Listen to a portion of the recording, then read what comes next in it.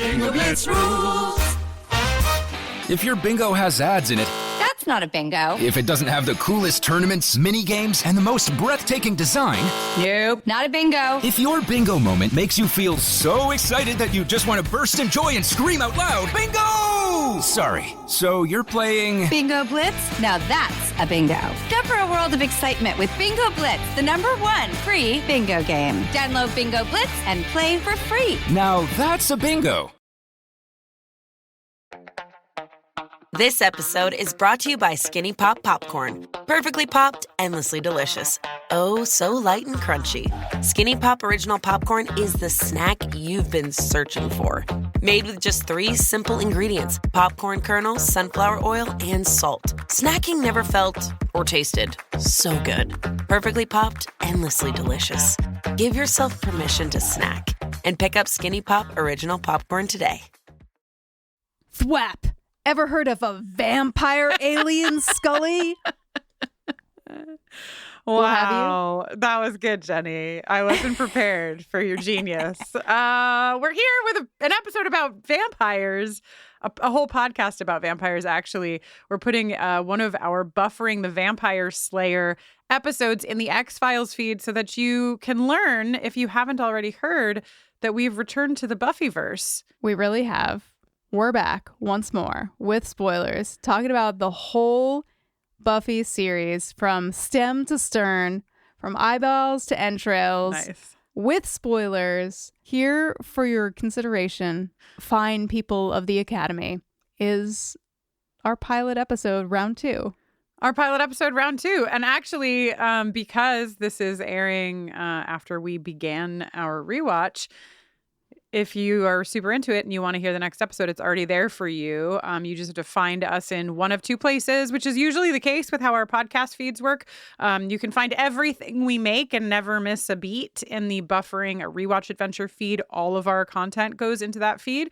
So you can go on over there. You'll still get your X-Files when it airs, and you'll also get Buffering the Vampire Slayer. You'll also get Yellow Jackets coverage when we're doing it, and my so-called life coverage, which is happening right now. But if you just want to be very clean and tidy and only get Buffy as well, you can go to the Buffering the Vampire Slayer feed. All of those feeds are findable at bufferingcast.com/listen. And we hope that you enjoy this episode. This was a very, very fun return. We'll be back next week, Jenny, with kind of a big deal episode of the X-Files. Oh, the season 2 finale? The season 2 finale. We did it. 25 friggin' episodes. 25 friggin' episodes plus the first 24. That's a lot of episodes. That's about a third of the total number of Buffy episodes. I can't do that math in my head right now. I'm just going to trust you. It's 49 episodes and there's only 144 episodes of Buffy. Yeah. Wow. Look at that. Wow. Also listen, I'm sure that you all know this already, but for people who've watched all of the X-Files and aren't worried about spoilers, David Duchovny and Gillian Anderson just did a podcast together. It's I can't even think of the name of it right now, but you can find it really easy. It's David Duchovny's podcast. Gillian went on it. Sounds like there's really fun stuff happening in the conversation. Like, for example, learning, and I don't know if this is relatable content for you, Jenny, but learning that for a lot of the filming of parts of the series, you know, they worked together for so long, they were not at all in conversation with each other when they were not acting, and when they were acting, they were still able to be super on. And when I heard about that, because I didn't listen to the podcast, I don't want to get spoiled on anything as a new watcher, but when I heard that, I was like, oh, this is like super relatable. Like, you and I like moved through a time in our lives when we were super able to have a good time with the television we were discussing, but then like once it was over, we had to go retreat to our respective corners. So anyway, if you don't know about it, now I've told you, you're welcome. And I guess I should be quiet so that I can go talk again on the other side of this about Buffy the Vampire Slayer. You should, just so people know. David's podcast is called Fail Better. And good Lord, the episode image for catching up with Gillian Anderson is a absolutely stunning, alarmingly glorious photo of Gillian Anderson. Enjoy. Yeah, so go enjoy that if you are not worried about being spoiled on the X-Files. I'll have to wait, 10 years to be able to listen to it myself. But anyway, enjoy some Buffy content.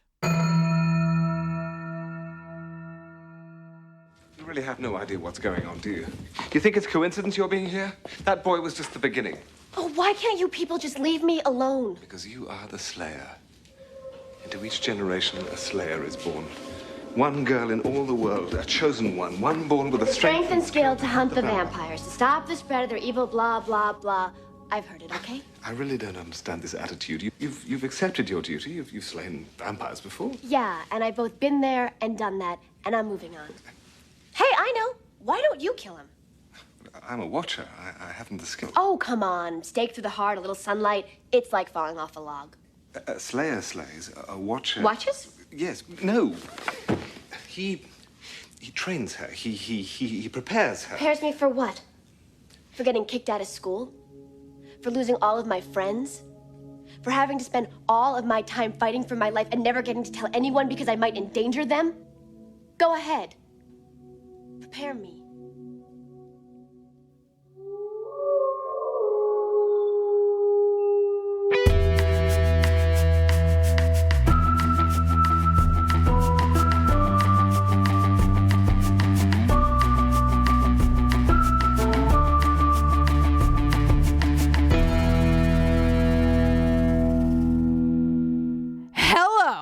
And welcome back to Buffering the Vampire Slayer once more with spoilers.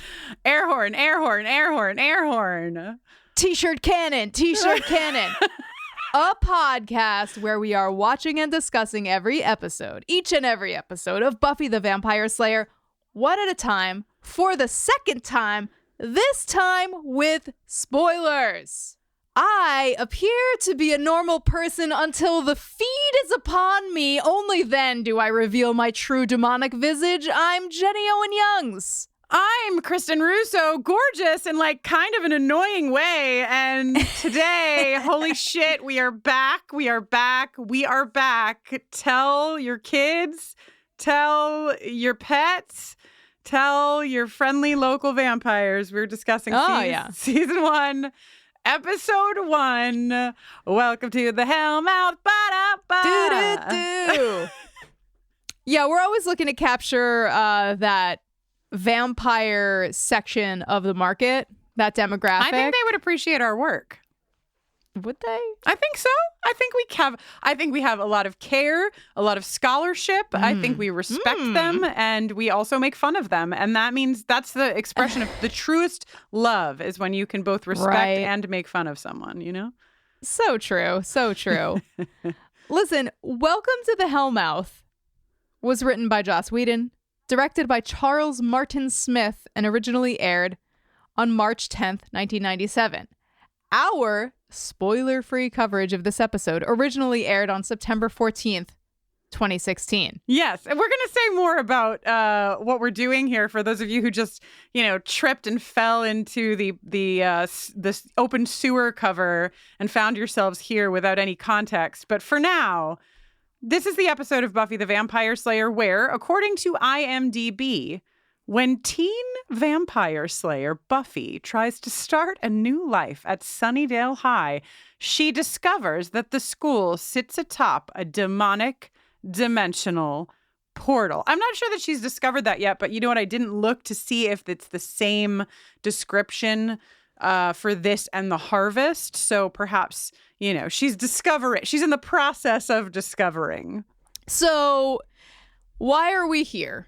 What are we doing? Who are we? And honestly, who are you? And furthermore, how did you get here? And what other questions will we seek to answer or not during this podcast recording?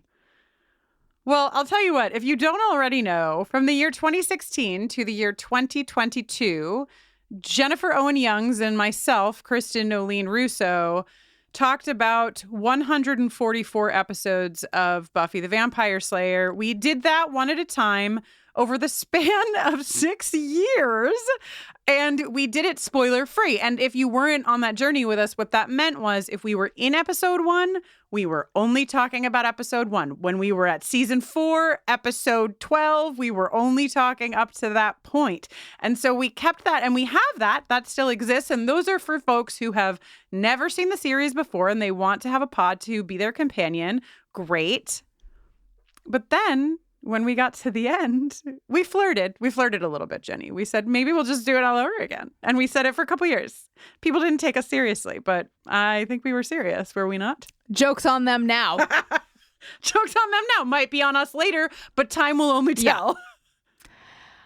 Yes, and our mission here is to talk about the show we love so much, that we enjoy talking about so much, but to be able to do it this time, taking into consideration the larger scope, the full run of the show and beyond, so that we can call out foreshadowing, whether it was intentional or not.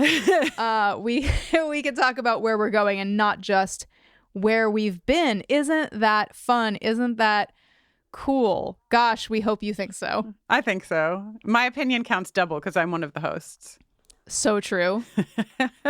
And my opinion counts triple because I am the more popular of the two hosts. Sure, yes. And it is, you can often tell the most popular of the two hosts by the fact that they will often say they are the most popular of the two hosts. Any man who must say, I am the king is no king. If Tywin Lannister were here, he would smite me. And I would say, fair. Jenny and I, if you don't know this, here's a fun fact. In 2016, Jenny and I were married to each other. And through these, did you have something to say? Jenny just made an Italian hand gesture at the camera. No, you were just excited about that one time in life when we were married to each other. And so excited. And the journey that followed. So we were married to each other in season 1 of our original coverage of Buffy. And then in the 6 years that followed, as we podcasted, we went through a whole hell of a lot, including getting divorced in season 3. Cautionary tale for anybody out there thinking about starting a podcast with their partner. Look out. Look out. Look out. Look out. Seriously, look out. We started our conversation of season 1 in 2016, just a couple of months before the presidential election, which, that doesn't have any overlap with now actually at all. We're recording this episode. The timing does raise an eyebrow or two. Or 5 or 7. We're recording this on Halloween, October 31st. But this episode will be airing on November 6th, the day after another presidential election. But this one's really different than the one in 2016. Yeah, so different. And something that I want to say, so long story short, we have journeyed through a lot. And if you want the longer story, we actually did write a book that comes out in April, which details all of the things that we journeyed through as we covered the series for the first time. It's called Slayers, Every One of Us. And we definitely ripped our beating hearts from our chests to write that book, I would say. Jenny, do you feel like you ripped your beating heart from I think that's more than fair. Yeah. I ripped many beating things from my body. And the important thing is that the book got written and it's coming out in April, and that's all well and good, and you can get the full story there if you're just finding us now. Yes. And so today I actually had therapy today, Jenny, which was really nice for me because you and I talked about like what we were maybe going to do inside of this space today, the day of the recording. And then you talked about it with your therapist. And then I talked about I would think it would be more ideal timing for you to have therapy after we record a podcast. After we record. No, Yeah. I just the more I talk, I was talking about, we just had an event in Washington, D.C. for Halloween. And I was just talking about you and I and how we occupy space together and what we've been through and sort of saying obviously I'm in a reflective space because we just wrote this book. So we just poured over all of these details of our history.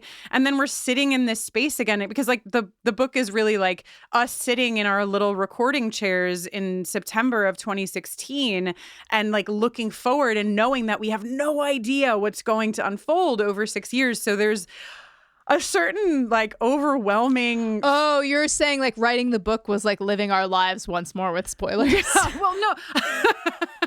Well, more so just, we have just spent so much time thinking about all that passed and changed and moved between us and in the world in that 6 years. And so to sit in these chairs now, those chairs were in Altadena, California in 2016. And so for you to be sitting in Maine, remarried with a nearly 2-year-old son, for me to be sitting in this chair, remarried, 6 months pregnant and about to have my first child, and to think about the fact that we might do a different kind of journey both through the series but also in our lives just feels I just got very emotional when I was talking about it in therapy because, you know, we've, I don't know, created a whole family here in our first run in the buffering space. And we've created also like a really wild and wonderful kind of family, you and I, and then the people that we're married to and children and what have you. So I don't know. I just feel,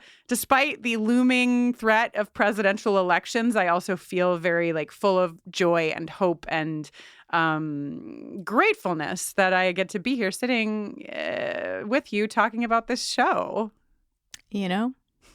Yeah.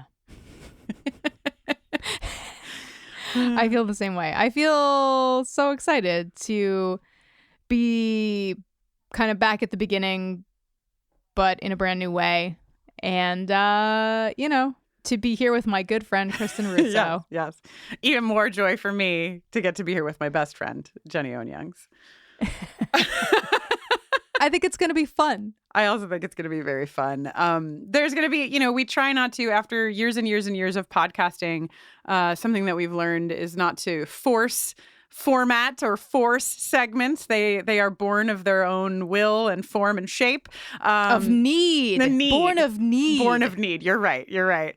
But we do have a couple of things that we are going to try to kick around inside of this space. One is that in the original run of our coverage of Buffy, we would end every episode, all 144, with an original song, some that we wrote together, many that Jenny wrote on her own, all of which, Jenny, you produced and recorded and all other sorts of things on your own. And we're going to play with that in this space, aren't we? Yeah, we're gonna end every one of these episodes with the original song, and what we're also going to be doing is talking about the songs a little bit. So stay tuned at the end of the episode for a little bit of conversation about making the songs as we go along. Yeah. I'm very excited about that piece of this. And then Me too. A segment, we have a bunch of jingles already in the can, so that's fun because we can just fucking pew, pew, pew, deploy them out into the world when we need them. But in our first run, we, of course, have ran the Sexual Tension Awards, and we're chewing on that. Do we do it again? Do we give it a new shape? Do we give it a new form? You can email us at hello@bufferingcast.com. Let us know what your feelings and your thoughts are. We're here for your suggestions. You know what form I think the Sexual Tension Awards could take, Kristin? What form? Jenny is making the beautifully curved formation with her hands that has like shoulders and hips and another set of hips and a fourth set of hips. Yeah. Imagine like 7 hourglasses stacked on top of each other. Wow. If only I had access to the word hourglass, that would have been so helpful to me. One segment that I feel fairly strongly about is something that we've talked about already. What was Dawn doing? Now that we get to go into the series knowing that later on monks are going to insert very detailed memories about Dawn's existence in the Summers family all the way back to the beginning of time, we are going to, starting next episode, because this is a 2-part pilot. We got a lot to talk about today. Starting the next episode, we're going to just think about what Dawn might have been doing. And folks, Jenny, have already started helping me with the math. It seems Dawn was about 10 years old at this point in time. So we'll work out the specific math and we'll, talk about larger things next time. But if you're in our Discord, if you're a patron of ours and you're in that Patreon-only Discord, there's a new channel. It's called What Was Dawn Doing? And there's a thread for several episodes so you can get specific and dig in. And we can share some of your thoughts on what Dawn was doing too. Okay, I think it's almost time to get into the episode. Before we do, I am just going to issue, for the protection of our delicate listeners, a spoiler warning.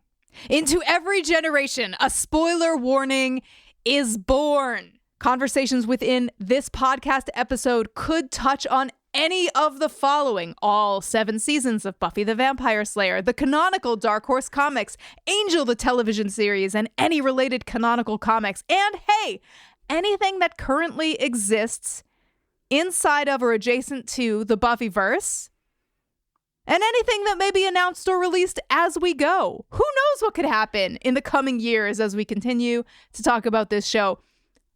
They're always threatening to make a Buffy reboot, and it could actually happen. It could. Sometime. It could. Nobody knows if we want it or not. I have very, very complicated feelings on that, but we'll see what happens. I'd like to find out if I want it by getting it and then experiencing it and then deciding whether I wanted it. Oh my God. Okay, so free reign. We are going to talk about whatever the hell we want. Of course, if we're going to talk about things like, Agatha all along or something that's a bit more current, we'll give you a little heads up in our conversation that we might spoil something else. But Buffy is on the table for us to say anything we want, anytime we want. There's one other new element to the podcast for this run. LaToya Ferguson is going to be producing with us. And we are so happy. She's been with us on the X-Files for just about 2 seasons now, and we've been having a blast. But she is really excited to get to work on a show with us that she actually likes rewatching, which is nice for everyone. It is. And coming in hot, LaToya immediately flagged for us that Charles Martin Smith, who directed this episode, directed the pilot, is perhaps better known as a character actor. In fact, he was in the X-Files episode F Emasculato, which we just covered. I'll tell you what else, Kristin. His directorial debut, when he transitioned from primarily acting into doing some directing, his directorial debut was the 1986 horror comedy Trick or Treat. Kristin, it's Halloween today, right now, as we tape this. Trick or treat. How on theme. We have lived inside of what we call the Buffy mirror for years and years now, where when we do something, it just seems to fit right into the little groove of Buffy. And here we are. Halloween, director, premiered, Trick or Treat. Wow. And listen. Wow. And fucking listen. I'm listening. He also directed a movie starring, not me, a different golden retriever, Air Bud. He directed Air Bud. Damn. If you are younger and did not live through the 90s as a person cognizant of film and television, let me tell you that Air Bud was a fucking huge deal. A sensation. A sensation, a true sensation. And I think that the big thing that really made LaToya do a little bit of a deep dive on this director is that a lot of the folks that we'll see, you'll hear, as we say, directed by, written by. There's a lot of repeats, a lot of really Buffy alum that were here a lot. And so for LaToya, when she saw this name, she was like, this is not, I don't think we ever see this name again. And so, she couldn't really figure out exactly how Charles Martin Smith wound up being the pilot director. But it's an interesting thing that for a pilot and especially because, and LaToya says this, Joss probably did a lot of backdoor directing as well. We're going to be, Jenny, I know you have the DVDs with the director's commentary. And so between LaToya and Jenny and myself, we'll be trying to also bring in some of that to our conversations. But while we're on that, we often start now with big thoughts on the episode. And I would love to start there with you, Jenny, before we go into a scene-by-scene discussion.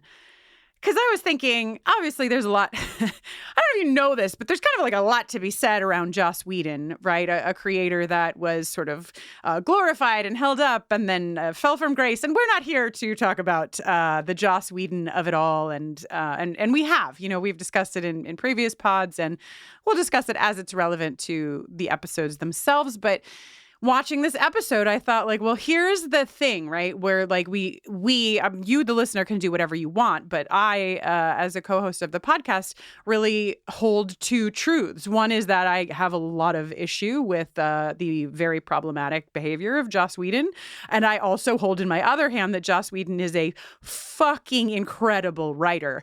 And this episode was just this dunk into what I mean when I say that, because it just never stops. Every fucking word on the page is just impeccably placed. It's doing a double lift or a triple lift or a quadruple lift, and I'm excited as somebody who now considers themselves a massive fan of the show to go back through it, knowing all of the things that I know, and to get to just like roll around in what is just such delightful writing for so many of these episodes. They are. This one is like fucking flawless in my opinion. It's an incredible pilot. It's a banger. Mm-hmm. Do you have any more big thoughts, Jenny? My biggest thought is, wow, there's a lot of ADR in this episode. There are a lot of shots where they're like outside or in the hallway or at the bronze. And the dialogue is like very, very close to the mic and like quieter than it could be in that environment because they've re-recorded it. Yeah. A lot more crossfades than I remember as well. Just a lot of crossfading, maybe a little fun, like kind of like the effects that you can now like drag and drop in Final Cut Pro X or 10 or however you choose to say it. Just a lot of that, which, having just come off of the end of the series, I forgot about it. Yeah. Okay. Come with me now into a darkened high school. You know where I want to hang out in the middle of the night when I'm doing deviant stuff? At my high school. You say that like you wouldn't, but I do feel that like breaking into your school after hours is like a definite thing. I guess, but perhaps it's just through the lens of adulthood that I'm like, why though? Haven't I been here enough? Yeah, exactly. But I could see why, because from the roof, from the top of the gym, you can see the whole town. And if that's not a draw for a teen, I don't know what would be. I don't know. I have, the whole town? I have memories of like being in spaces after they were, because if I was going to break into high school and like my teachers were still going to be there doing shit, or like the fluorescent lights would be on, like that's no fun. But like to be inside of a space that has a very specific meaning, like even after my high school prom, like they had like rented out the mall like after hours for like the party. And even that, it was the mall, but all the stores were closed and there was like a Velcro fucking wall. And like, it just was like out of context and it made it seem like very cool and fun. Yeah. So, go for the view or go for the bad behavior or both. I forgot about all of these skeletons. We sort of like pan through the hallways. We get an opening shot of Torrance High School, Sunnydale High School, and then sort of pan through like a skeleton and then like a skeleton of something animal and a fetal pig in a jar. And I was like, wow, I don't remember any of this. And what I thought to myself, Jenny, as this boy, we open with a boy and a girl, a tale as old as time. They're probably going to make out. You know what to expect. And the boy has his arm covered in a leather jacket to protect him as he breaks the glass of the window. And I said to myself, is this is science class? That's the only place you have skeletons like this. Is this and it looked like the window that Faith herself will fog up and draw hard on with an arrow through it. Oh, yeah. So I don't know if they got this repaired and this is the same window or what, but just want to put it on the board. I like it on the board. I like it there. Thank you. So, as you said, we know what to expect. Or at least in 1997, we thought we knew what to expect. Because the word vampire is in the name of the show, you're like, this guy's going to do something bad. But guess what? It's actually the petite blonde who is the vampire. Get out of here. She also says, I just don't want to get in trouble. And you know what, Kristin? Me neither. Me and Darla on the same page here.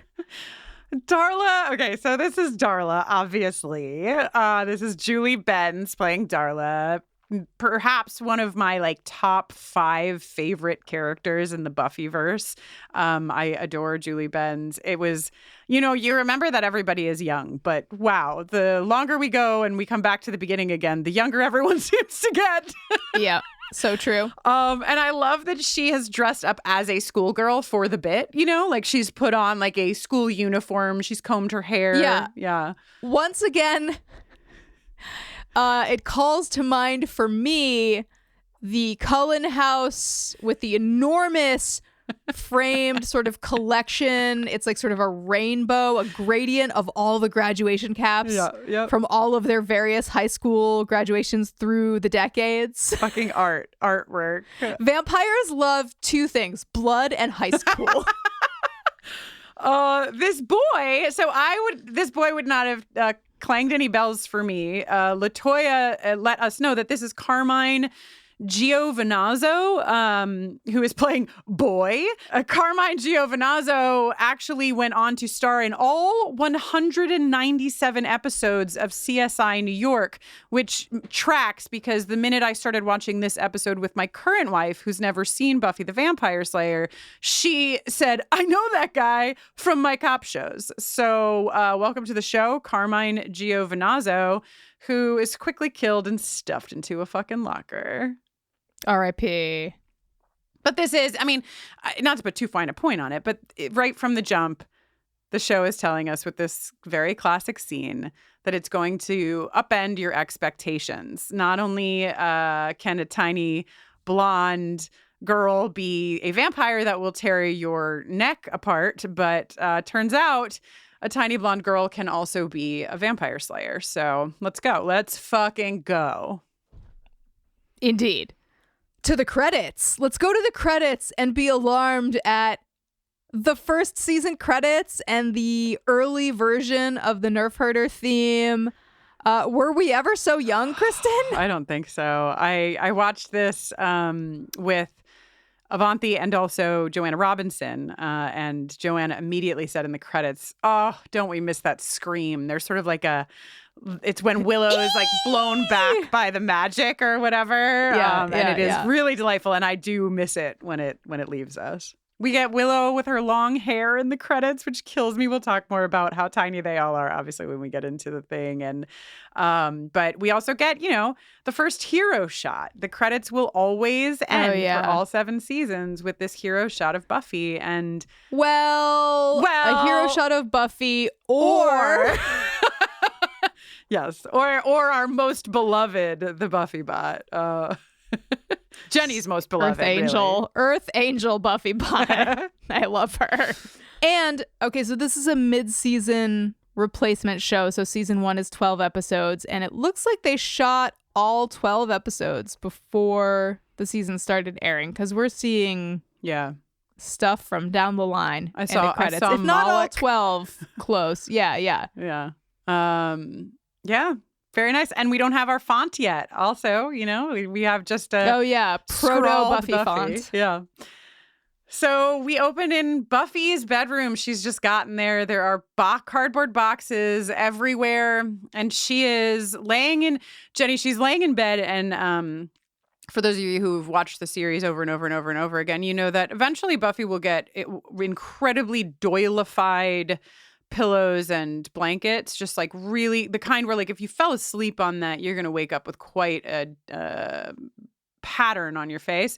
I thought it was fun that she doesn't quite have those yet, but she does still have a bit of a doily edging on her pillows and her blanket. A harbinger of things yet to come. Yes. I do want to shout out, since it's very top of mind for me, Agatha Harkness likening the process of eating kale to swallowing a doily. I'll be thinking about that for weeks to come. Yeah, yes. Another show with very well-written dialogue. So she's dreaming, something that she's going to do a lot of. The Slayers, you know what? Just like pregnant women, Slayers have crazy dreams. Yeah.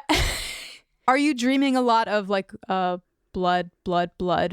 Not yet, but I've only just started rewatching Buffy again, so I'm sure that... I'm sure that specifically what I'm hoping that I dream of is myself, slightly smaller than maybe I should be, sort of raising out fully clothed from a very brightly red puddle, like the Master does later, because that is one of my favorite visuals in the entire episode. It's good. But before we can get there, we've got to see a whole bunch of vampires walking very like Night of the Living Dead style through a cemetery. My favorite moment in this dream is a monster arm smashing through the side of a crate that's covered in what appears to be maybe like ancient Egyptian imagery, hieroglyphics of some kind. Yes, coming to you straight from Egypt. Vampires. I also love the music in this section as the dream sequence continues. It like enters this sort of like dun dun dun dun dun kind of like low brassy doom music, which I really just love. Oh, I should also say, we should also say, but I will use my voice box to do it, that Jenny and I considered listening to our original coverage before recovering and both decided, nah. So, you might be able to have a real blast hearing us say some of the same things. We have no idea what we said in 2016. We're going into this fresh as morning dew with our minds wiped clean of anything that may have happened in 2016. Yeah. Joyce interrupts Buffy. Well, Buffy kind of wakes up. Joyce calls from downstairs. Don't be late for your first day. Now, Jenny, I said to Joanna and Avanti, that didn't sound like Joyce. And they both were like, yes, it did. And so I immediately shut up because I felt I must not recognize Joyce's voice. I'm not saying it's not. It's just the don't want to be late for your first day. I was like, Joyce? Is that you? Is there another mom down there? So I don't know if anyone else had my experience. But since I was immediately squashed under the feet of my friend Joanna and my wife, thought I'd, see if anyone else felt like I did. The way we open on Sunnydale High School is, we recently watched Scream 5, and I've seen every Scream 1,000 times. You, Jenny, actually have been recently rewatching all of the Screams. The way that the Scream films open on the high school, in I think every installation of that film, is like so much taken from this like kind of beat. The way that you're at school, you see a school bus driving by, there's some kind of like, era specific music to teens playing as everybody walks into class. It just has such a vibe to it. Gave me all the Scream feelings. Yeah. Look how sunny it is. Nothing bad can happen here. Woo, school. Hey, Joyce drops Buffy off and is like, hey, have a great day. Please do me one favor. Try not to get kicked out of your new school. Please. Thank you. Did anyone else forget that Joyce's hair was ever so short? I gasped. I totally forgot. Yeah. Oh, Jenny, it's your favorite moment. Xander on a skateboard. Xander on a skateboard, doesn't know how to stop, clotheslines himself watching Buffy. We actually have a picture of me simulating this act that we should put on social media. We should. To pair with this episode. We should. I have two questions. Great. If you don't know how to stop, should you start? Why should you? If you don't know how to stop, should you start? Question 2. Do you remember any boys in the 1990s wearing translucent shirts? Oh, no, you're Is he already wearing the translucent shirt? I noticed it later. Yeah. Yeah. He enters in the translucent shirt over a tank top. I don't. Me neither. I like the look. It just like felt a little, but you know what? I feel like looking at all of the wardrobe, Willow being the exception, but like what Cordelia is wearing, what Buffy is wearing, all of the high schoolers are like, hello, it's business casual.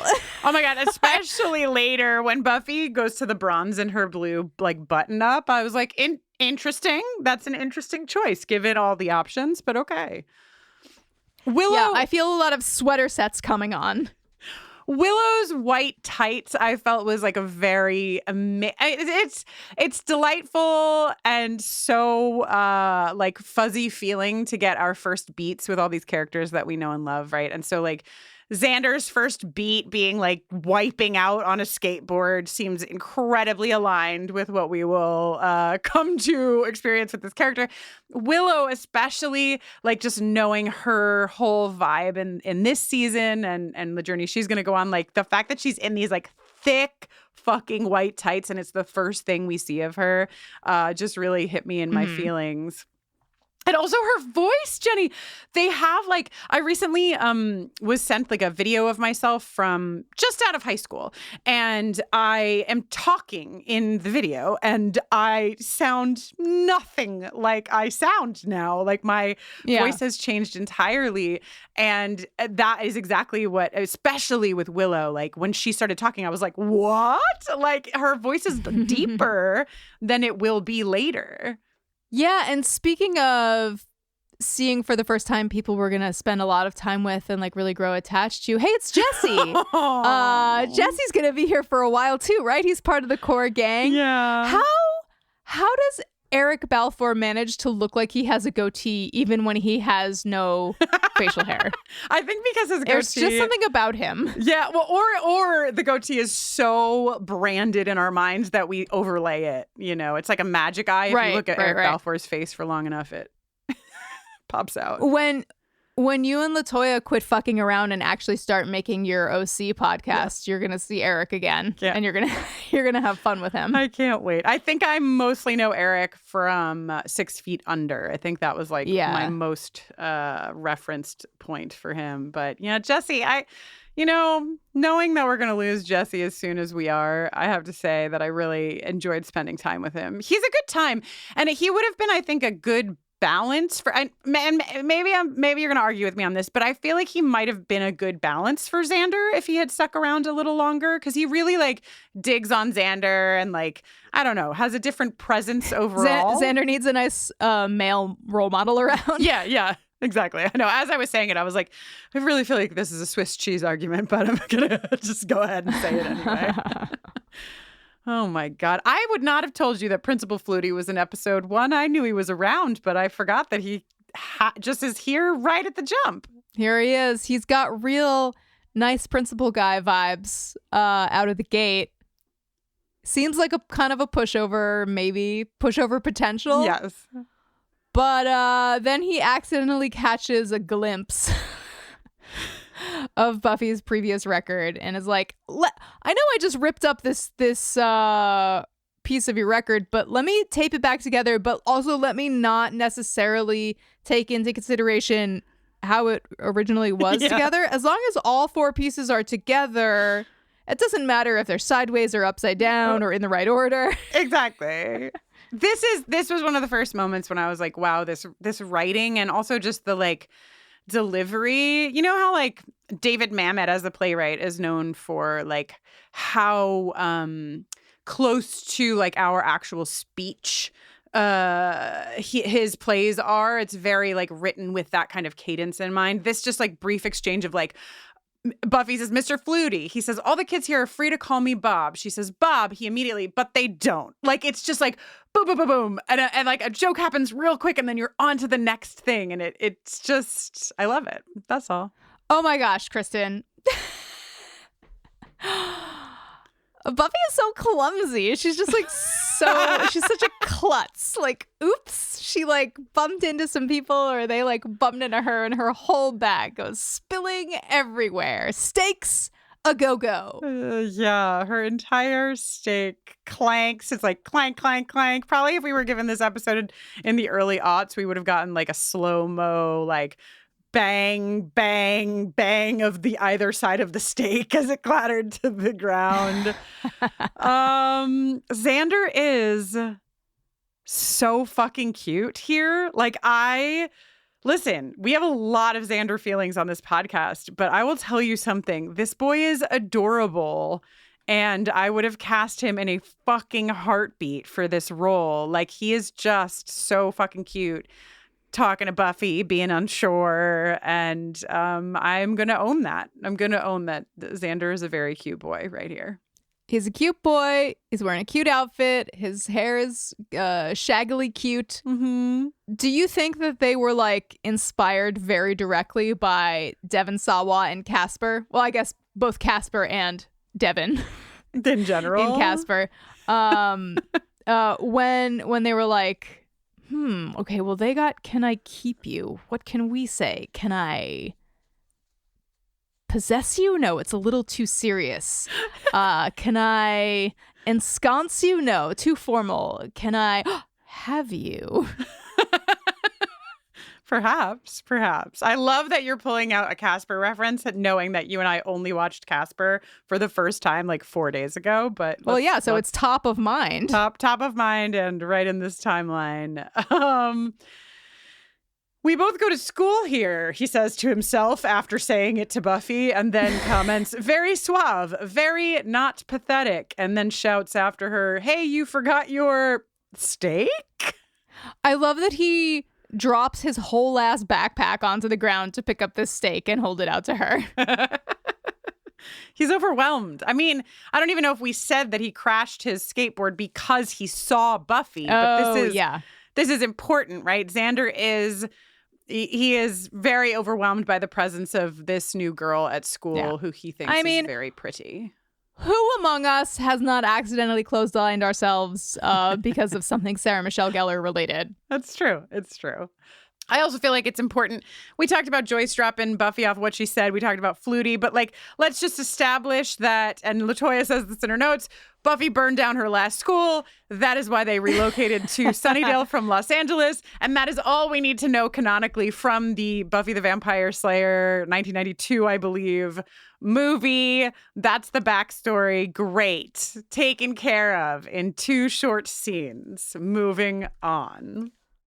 Kristin, I was just dying watching this classroom scene. The Black Death, the teacher writes on the board. It's estimated that about 25 million people died in that 1 4-year span. But the fun part of the Black Plague, the fun part of the Black Plague is that it originated in Europe. How?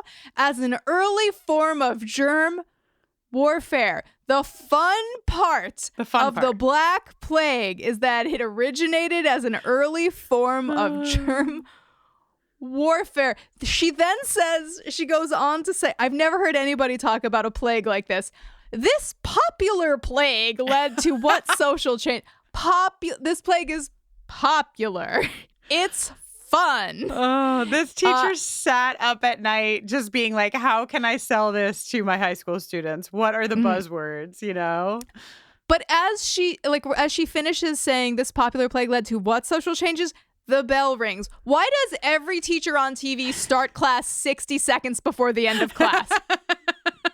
Jenny, another question. Why did Buffy come to this school and get a conversation with the principal, but not nary a textbook? Zero textbooks. Did you take textbooks out of your school library? Was that ever a thing that you did? No. And I actually, my biggest memory of textbooks is in college because they cost so much fucking money. And it was a whole thing and you'd have to go to the bookstore and spend every dollar you ever had on textbooks. But I couldn't remember where my high school textbooks, I think they were just in the classroom, stacked we would just up get them in whatever class they pertain to. Also, this is making me nostalgic for a textbook. I wish that maybe it's because of the responsibility factor. I'm wow, I wish my biggest responsibility was doing some math problems in a big book. Yeah. Maybe that's it. But also maybe I'd just like to do some math to relax. Math does really relax Jenny. Anytime we talk about buffering the Vampire Slayer's finances, she's so happy. It's you know why? Because it's a solvable problem. You know, it can be fit into it's an area. It's an arena where I can exert control over fixed data. My textbook nostalgia is partially where yours is, but even more so when I think about especially high school textbooks, I think about taking brown paper bags and making little covers for them. Oh, delicious. I would love to do that. This child that has not yet been born, it's just so far away from needing a textbook that I can cover in brown paper bag. Do your children need their textbooks covered in brown paper bags? Can you call me? 1-800 Kristin loves brown paper bags. It's a long phone number. This is the class where Buffy meets Cordelia. The green of Cordelia's pants is it's shocking.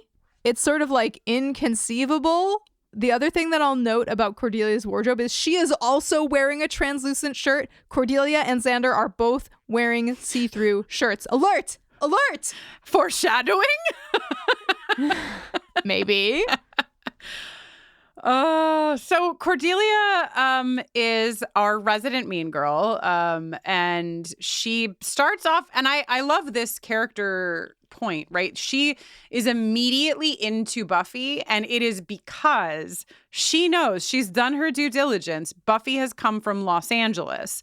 She's come from the big city, so Buffy automatically gets allowed into the test, right? She doesn't even have to take the written. She's just immediately allowed to participate in Are You Cool Enough because she comes from LA.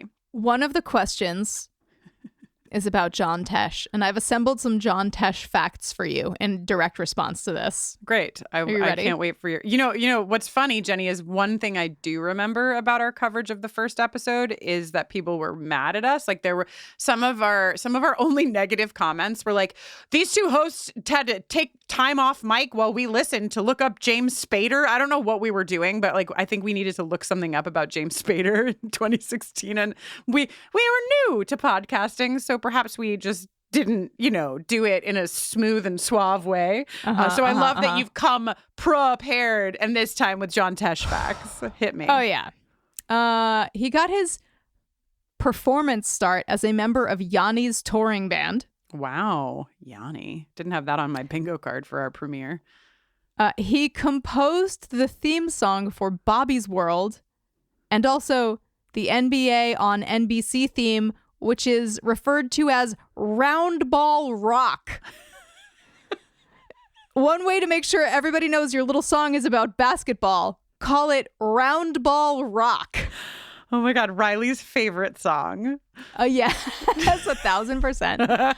And he has a radio show that is the number one competitor of another popular, widely syndicated radio show. Do you know who he's in direct competition with? I bet you he's in direct competition with Elvis Duran. Incorrect. Okay, Elvis Duran is just hosting on Z100, and maybe he has like a serious show or something.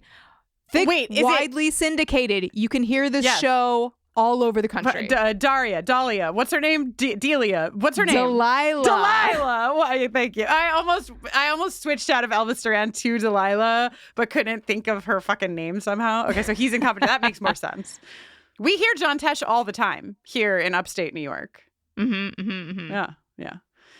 Thank you for that fact rundown. Later, just to let you know that we care about giving you the most interesting facts about Buffy the Vampire Slayer, Jenny did some deep dives on John Tesh. Later, I will do some deep dives on Bovril.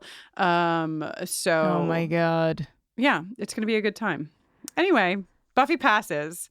She's allowed admittance into the cool club. Yeah. You know who's not allowed? Willow. Willow is just trying to live her life and hydrate. And Cordelia is so mean to her. And we don't like this, even though we love Cordelia. Don't worry. Don't worry. Now that we can talk about the greater picture here, it will be a balm upon your wounds if you consider that mere episodes from now, these two will be locked in a mop closet together doing who knows what. Truly. Yeah. And I think, you know what? We haven't played a jingle yet. And Cordelia's jingle, which who knows, we probably won't even make it through this episode without playing it. But Willow's jingle is one that had many versions over the course of 7 seasons because, Willow's changing character is quite monumental. But this is where our original Willow jingle sits so perfectly. So let us think about the softer side of Sears, Cordelia's burn on Willow, and her little sweet face standing by that water fountain as we listen to our first jingle in our new run, Willow. Who knows the square root of 1225? Willow. Who's gentle of heart and nimble with a hard drive? Willow, Willow, Willow, Willow. We learn that Sunnydale is a very small town in this little exchange, too, because Cordelia we get the first mention of the Bronze. Cordelia invites Buffy to the Bronze. She says it's the best club in town, to which we all shout, "It's the only club in town." And then she says, it's like over past this street. It's like we don't have a lot of town here. So I don't know if that really pinged anything for you. Well, let me ping for you that this is what I would posit is the first deployment of Sunnydale hell geography. Hell geography. Those of you who've been with us for a while know that when we do math at the Hellmouth, it's called Hellmath. But this is hell geography. 1/2 block good part of town plus 1/2 block bad part of town equals 1 town. I guess that is more like hell math. And there it is. Hell math. The Bronze, as you mentioned, has entered the chat. Oh my Can't God. wait. And Cordelia is like so excited about having a new popular Cordette. I'll see you at gym and you can tell me everything there is to know about you. Buffy has the response that I would have to this moment, which is like, I don't want to talk at all to anyone ever. Okay. Don't bother taking me someplace new unless there is a newspaper on a surface with a big, thick, red marker circle around an article about local boys still missing. I could not believe that before we even see Rupert Giles, we see a red his circle. habit. Incredible. This man has an office in the library. Keep this circled piece of the newspaper in your office, sir. But he's so excited. He's like, I used the phrase in my notes, moldering out at one point because I'm now well versed enough. He's like so excited. And LaToya in her notes said he's really giving some Wesley vibes. Like he's I took the same fucking note. He's like if Wesley wasn't a complete fucking buffoon. No offense, Wesley. Obviously Wesley improves. Yeah. But when Wesley first comes to town, he's a total ding dong and he doesn't come into himself until he goes to Los Angeles and gets a neck scar and becomes a man. Oh my God. Miss Summers. Tap, tap, tap. Tap, tap, tap. How are you going to tap this girl who's looking at your murder paper and be all like, he's like very... It just something. It just also feels like, and you know, it's the Watchers Council is definitely not great at a lot of things, but it just feels like maybe if they were to excel, it would be at properly establishing a meeting between these two instead of like popping Giles as the librarian into the school and then just having him wait until a new student showed up and then just hoping that was the Slayer. Like it just feels like maybe it could have been organized a little bit more. Like maybe this was a call that could not have been an email. You know what I mean? They tried to make this an email, and I think they should have actually made it a call or a proper meeting. Great big vampire book alert. Thwap. Ever heard of a vampire, Scully? He's just so cannot contain himself. Like, it just feels, listen, I love it. But my God, sir, why don't you just say, like, I am a watcher, Rupert Giles, blah, blah, instead of like, bang, vampire. Yeah, I have what you're looking for. Buffy is like, no fucking thank you. And to Buffy's point, maybe she should have been allowed to have one day to like figure out where her classrooms were and get her textbooks before being face to face with the fact that she is the chosen one and has to live a life full of fighting demons and not having anything normal ever happen to her. She leaves and we cut to the gym. Jenny, I know we're going to hear the song at the end, but I was most excited to get to I couldn't even get past the initial establishing shot of lockers without singing to myself, there's a dead guy in the locker and all they did was cancel gym. One of my favorite lyrics of all 160 of the songs that exist in the buffering catalog. Which immediately follows the line, with a great big vampire book, probably bound in human skin. There's a dead guy in a locker and all they did was cancel gym. Oh, God. Yeah. Two students named Aura and Aphrodisia are going all in on what kind of a name is Buffy. And then, okay, so obviously we know that the words in the mouths of teens in this show, like there's a very specific kind of lexicon. It's got like, they've got their own vocabulary. They've got like a thing going on. The slang is very Buffy stamped, right? Yeah. But on this watch, the chatter in the calf really just made me feel like, how do you do, fellow kids? Yeah. The calf, maybe, but chatter? I don't think any teenager in 1997 ever said the word chatter. This is, and this is fun. LaToya is going to make this conversation just delightful in every way with her producing. But Aura is played by Persia White, a character who ends up being mentioned on the television show Angel. Love to hear it, but is never seen again after this moment in Buffy. She is Persia White of Breaker High, Girlfriends, The Vampire Diaries.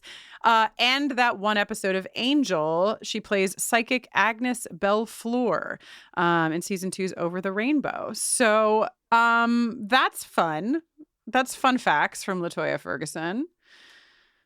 And I also would like to give Persia White some serious points on incredible screaming. If you're new to listening to Dude, the scream is good. Right? I love to assess the quality of a horror scream, and this is You're really an aficionado. Good. Yeah, I am. It's giving notes of, I sniff the scream and just find out where it fits in the lineup. Everything is underneath Patricia Arquette in Nightmare on Elm Street 3, the best horror scream of all time, in my opinion. Come fight me. Americans take about 20,000 breaths a day and spend an average of 90% of their time indoors. Get outside, you guys. But when you're inside, you should know that the indoor air that we breathe can be up to 100 times more polluted than outdoor air, according to the EPA. Indoor air pollutants can cause respiratory symptoms like sneezing and congestion, a scratchy throat, and even more serious health problems like lung and heart disease. Jenny, what are we going to do? Fear not, Kristin. Introducing Air Doctor, the air purifier that filters out 99.99% of dangerous contaminants, so your lungs don't have to. This includes allergens, pollen, pet dander, dust mites, mold spores, and even bacteria and viruses. Okay, great. Thank God, because really the first part of that had me very worried. I know. Air Doctor comes with a 30-day money-back guarantee. So if you don't love it, you just send it back for a refund minus the shipping. You just head to airdoctorpro.com and use promo code XFilesRewatch. That's with the E. EXFilesRewatch. You'll get up to $300 off of their air purifiers. Exclusive to podcast customers, you'll also receive a free 3-year warranty on any unit, which is an additional $84 value. Lock this special offer by going to airdoctorpro.com and use promo code EXFILESREWATCH. That's X Files Rewatch. For many businesses, the holiday season can be both an exciting and stressful time. With so many balls in the air, one thing you definitely want to know you can rely on is how you're selling your products. And with Shopify, you can rest easy knowing it's the home of the #1 checkout on the planet. Nobody does selling better than Shopify. And when it comes to successful brands like Aloe, Allbirds, or Skims, an often overlooked secret is all the things that go on behind the scenes that make selling, and for shoppers, buying, simple. For millions of businesses, if you take a peek behind that curtain, you'll see that Shopify is what makes it all possible. Shop Pay boosts conversions up to 50%, so that's more happy customers and way more sales going. It's true all the time, but especially this time of year, your commerce platform better be ready to sell wherever your customers are scrolling or strolling, on the web, in your store, in their feed, and everywhere in between. Businesses that sell more sell on Shopify. Upgrade your business and get the same checkout we use for Realm merch with Shopify. Sign up for your $1 per month trial period at shopify.com/realm, all lowercase. Go to shopify.com/realm to upgrade your selling today. Shopify.com/realm.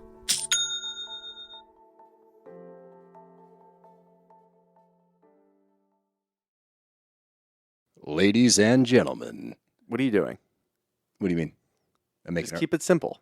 I'm making the promo. Just keep it simple. Just say, hey, we're the Brav Bros. 2 guys that talk about Bravo. Ladies and gentlemen, boys and girls, we're the Brav Bros. No. Oh. Dude, stop with the voice. Just keep it simple. I've seen promos on TV, dude. This is how you get the fans engaged. This is how you get listeners. We're trying to get listeners here. If we just say, oh, we're 2 dudes that talk about Bravo, people are going to get tired of it already. We need some oomph. All right, then fine. Let's try to do it with your voice. Brav Bros. Good job.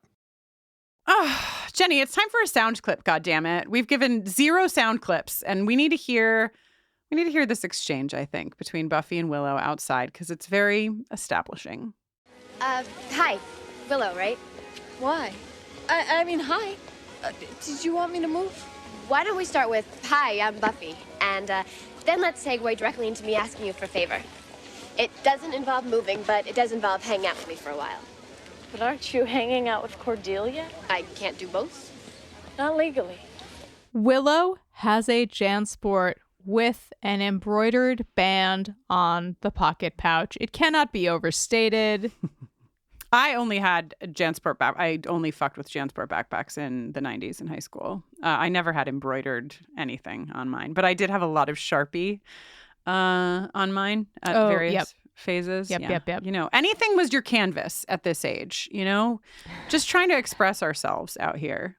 Your shell tops, give me that Sharpie marker. Let me write on your shell tops. Buffy needs help. She needs to get caught up. She doesn't know what's up and what's down.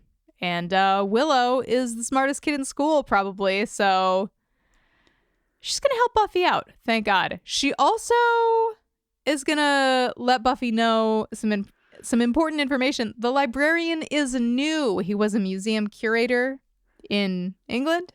And now he's suddenly here. And he's so cool. And he brought so many old volumes with him. The new librarian is really cool. In addition to the bronze entering the chat, Willow's crush on Giles has entered the chat. And, you know, later we'll hear Willow talk about the problems that she has interacting with boys, that she doesn't really know what to say to them. But I think it's that Willow does know what to say. It's just not the things that she imagines a teenage boy would want to hear, which is why she's pining after a British librarian, because what Willow wants to talk about is probably something that a librarian would be interested in hearing about, you know?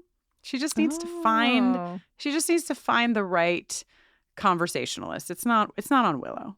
Enter Jesse and Xander, again, not to like make it all about Scream, but like they enter in a very like stew, and you know what I mean? Like just like this is the moment when they're sitting by the fountain and you know, just boys doing boy stuff, really boying out in the hang. Boying out, yes. Jesse's line, which I've never caught before, he says to Buffy, "We wanted to welcome you, make you feel like you were home, unless you have a scary home." I was like, wow, Jesse. So we're like, consider it. Well, not assuming it. Everybody has a good home life. Love to see it.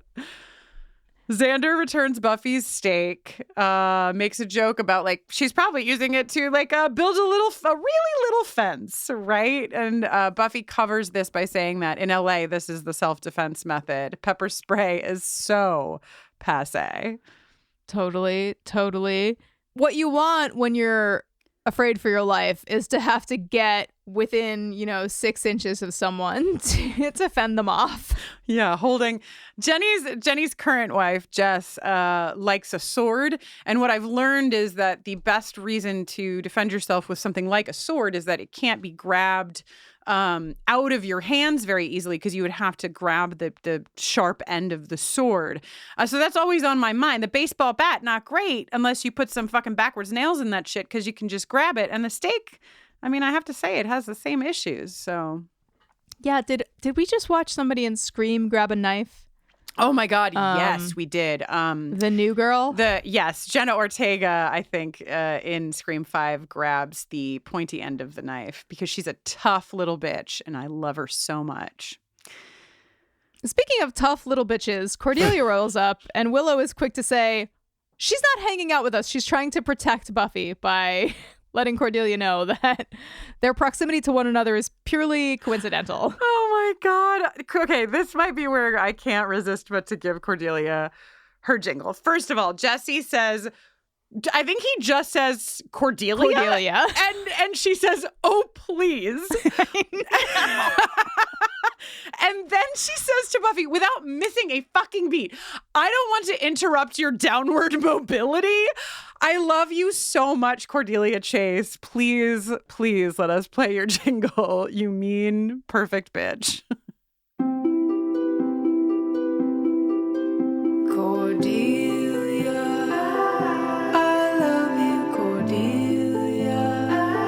You're perfect, Cordelia.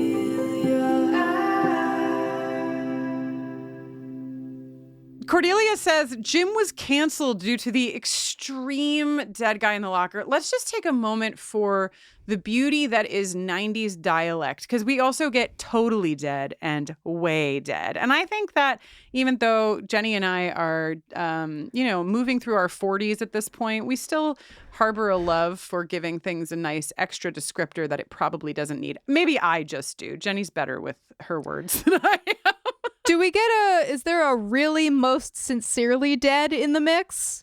Probably. It can be. It can be. If you were here hanging out, you could give us a really most sincere dad. Buffy is so freaked out because she fucking knows like death follows her. She's like, tell me about the condition of the body. Where were there marks and where were they and what was the time of death? Cordelia's like, freak show.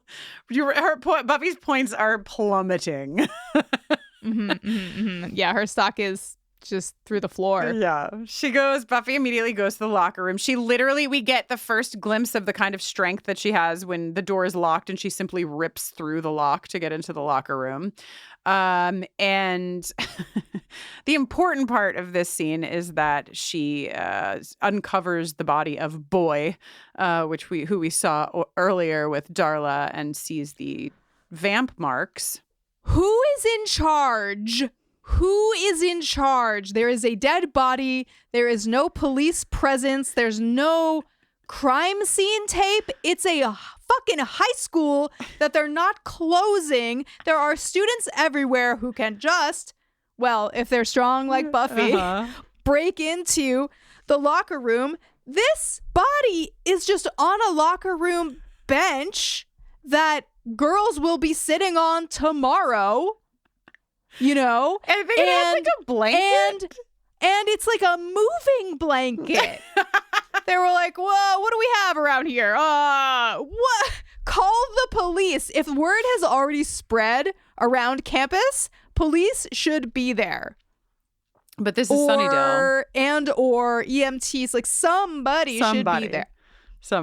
But this is Sunnydale, Jenny. Or somebody. Not like other towns.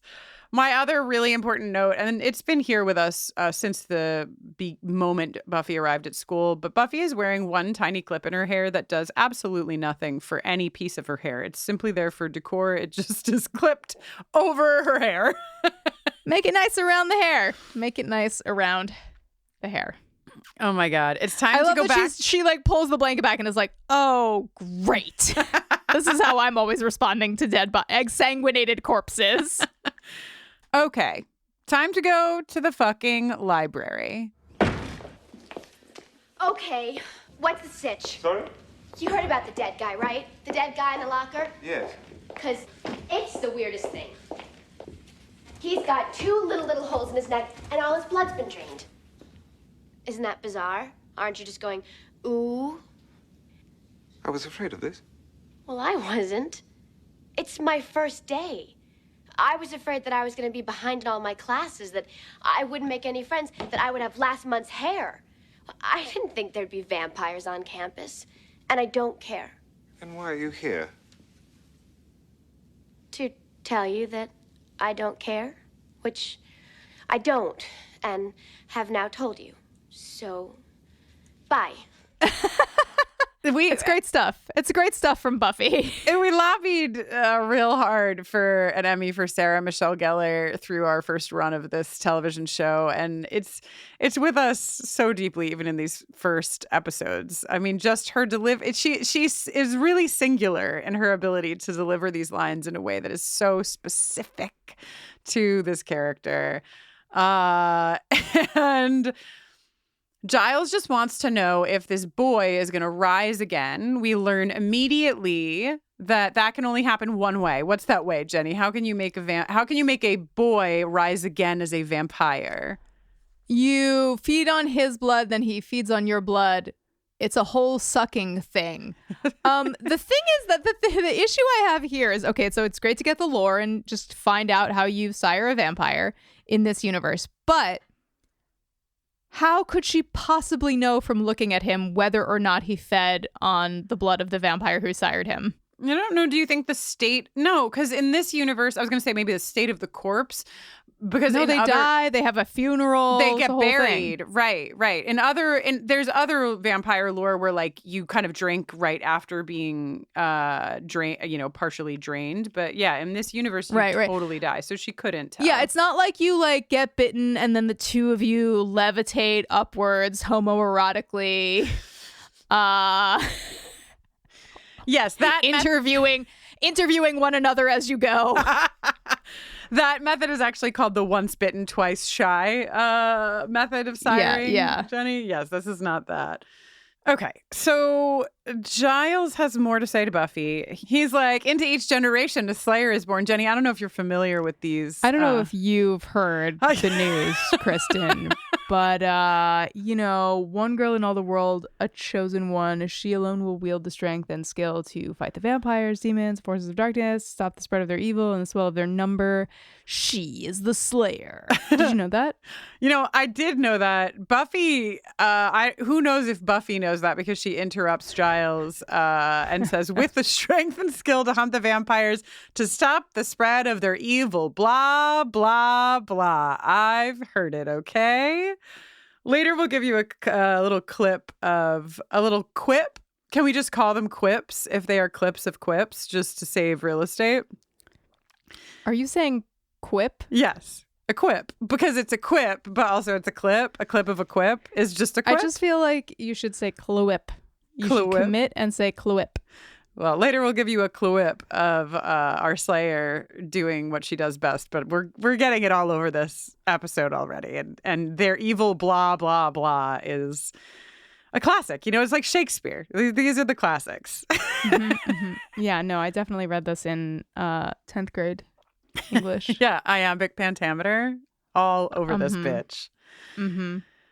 So Giles is hinting at the fact that you will find a steady stream of fairly odd occurrences in this town. He thinks that this whole area is a center of mystical energy. Interesting. Doesn't sound like anything to me.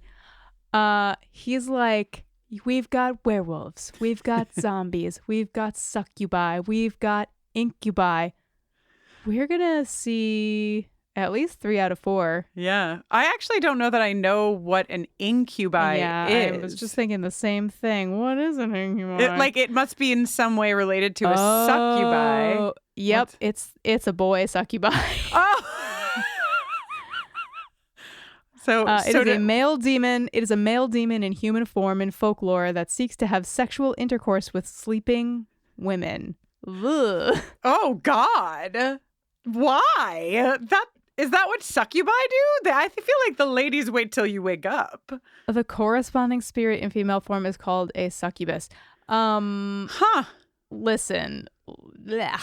I'm telling you, the succubi that we saw Giles with later in the series, he's wide awake. He's wide awake and it seems to be very consensual, as a matter of fact. But I don't remember all the particulars, so yeah, don't hold me to that. He's listing all these things off, and Buffy says, "What did you send away for the Time Life series?" And he says, "Yes." And then she says, "Did you get the free phone?" And then he says, "Kristin, the calendar." Dun dun dun. Do you think that the calendar that he got from the Time Life series is the same calendar that will mystically transform into a calendar of all Jonathan later in the series? Or do you think it's a different calendar? I mean, I think so much time has passed that it's probably a different calendar. But I was dun-dun-dunning for a different reason, which is that in one short season's time away from here, Jenny calendar is going to show up. Oh, geez. So we already know that Giles's type is a calendar. He loves a calendar. From this scene. And more to come. More to come. So this was really the scene that was full of really important beats. And we were sort of like, which one do we open the whole podcast with? We chose the latter half here, which is where Buffy says she's retired and they have a conversation about, he should kill them. Giles should just kill the fucking vampires, right? And Buffy says, a slayer slays and a watcher watches. And Giles counters that no, a watcher prepares her. This quote that we played at the top where Buffy says, prepares me for what? For getting kicked out of school, for losing all of my friends, for having to spend all of my time fighting for my life and never getting to tell anyone because I might endanger them. Go ahead. Prepare me. That could just simply be the description of this television series, right? Like that beat is it's beautiful, it's devastating, and we're only in episode 1, so we actually don't have any reference point for what that could mean unless we've seen the series. And when you filter in what that could mean to this little speech, it is heart-wrenching on a whole different level. This felt familiar while it was happening, and the reason that it felt familiar is because it really pings the moment in Prophecy Girl where she's also talking to Giles and saying, read me the signs, tell me my fortune. Yeah. She's 16 and she doesn't want to die. It's just like, I can't believe right here in episode 1, I can't believe that's only 11 episodes away, the finale of this short first season, and I can't believe that we're already kind of getting the precursor to that. I feel like this is the appetizer. Yeah Giles, sometimes I say a lot of stuff to Jenny and she'll reply with one word. We get that here from Giles as Buffy leaves. He just says, damn. Xander also has one word because he was in the library the entire time and has heard all of this. Whoops. He says, what? What indeed? Giles follows Buffy out into the hallway, gets right up in her face in a way that we never see again. The proximity of Watcher to Slayer is, it's, there's an intensity happening, and there is, I'm sure, there are blocking concerns, and they're sort of figuring out how does the show look and how do we want people to be interacting with each other and everything. And I think that they're just very close to each other. And I think after the pilot, everyone was kind of he's also though a grown up. Yeah, he's also he's the librarian at the school. So maybe a certain respectful distance should be kept. It's really weird. I think it really is the last time. I mean, I guess we'll track it, but I think it's truly the last time that we ever see Giles lean over Buffy in any way, shape, or form, and it's very uncomfortable. Oh, Jenny, the last line in this hallway scene where Giles has followed her out to be this is actually a big deal. This isn't just your run-of-the-mill vampire. He says there's a crucial, mystical upheaval happening soon. Buffy, this is Sunnydale. How bad and evil can there be here? Oh, you sweet summer child. Oh, baby girl. And then we get our first subterranean pan down. This is a hallmark of the show. We love to go from everything is fine, pan down, to a cavern or a crypt or whatever. This cavern is full, absolutely brimming with candelabras and torches and vampires and overturned woodworkings and a blood pond. A blood pond. The blood pond is definitely my favorite feature. Do you think that Angel gets his love of candles from the master? Do you think he learned it from you, Dad? Or do you think that he just loved candles on his own? No, I'm going to refer you back to our listener email from a little while ago about how Liam, when Liam was changed, there was not really electricity, and so he loves flame as a light source. My note in this scene is just, I laughed at myself. So many candles, comma, so much dirt. That's my full phrasing, my full note. Yeah. We don't see a lair like this again, I feel like. Yeah, no. I mean, Angel tries really hard to like put his candelabras around Vamp Mansion and make it look, something like a lair, but it never comes close to this. We certainly never get Blood Pond again. A lot of the commentary on this episode, like in the DVD box set, is all about the things that that ended up being really problematic, and we're like, okay, we're never doing this again. We're never doing that again. We're never shooting an extended scene of Xander skateboarding through a bunch of students outside, like exterior day. We're never putting a bunch of vampires in Vamp Face for no reason because it's expensive and takes a lot of time. And we're never going to a big cavern again because we can just make a little lair in a crypt or a lair in Vamp Mansion or whatever. Right. I think that as the show goes, they figure out how to make these things like way more contained and efficient. I don't know if you know this, listeners. Well, you don't if you're a newer listener, but when Jenny and I recorded our original pilot of Buffering the Vampire Slayer, we recorded it twice because we too learned a bunch of things in our first recording ever of a podcast. Jenny, I remember Luke, of course, but I have to tell you that I did not remember how amazing Luke was. Oh, yeah. Brian Thompson will come back to the show. He will play the judge. Brian Thompson is starring on one of my favorite shows right now, 911. Brian Thompson has been in the X-Files. Oh. Yeah, Brian Thompson is like the evil captain who takes the place of the captain that everyone loves. Wow. And yeah, he's great. And I think, when you think of season 1 of Buffy, it's often like when you try to get somebody to watch Buffy, right? Usually the sort of like mantra is like, it's really good. It's really powerful. It's an amazing show. You really kind of got to get through season 1, a lot of Monster of the Week stuff. It's 1997, blah, blah, blah, blah, blah. So when I like kind of think back to episodes in season 1, apart from like Prophecy Girl, which I know really like rings a fucking bell, I'm like, oh, it's like a lot of it is like kind of silly, but I love it. And I love the characters. So I was just like maybe putting Luke in that bin. And I was like, Luke is actually not silly at all. Like, I mean, he is in the ways that he should be, but Brian Thompson's fucking delivery of these like amens and his fucking voice, the sleeper will wake and the world will bleed. It's so good. Now that I just listened to you talk about that, all I want is to sit here and picture Luke.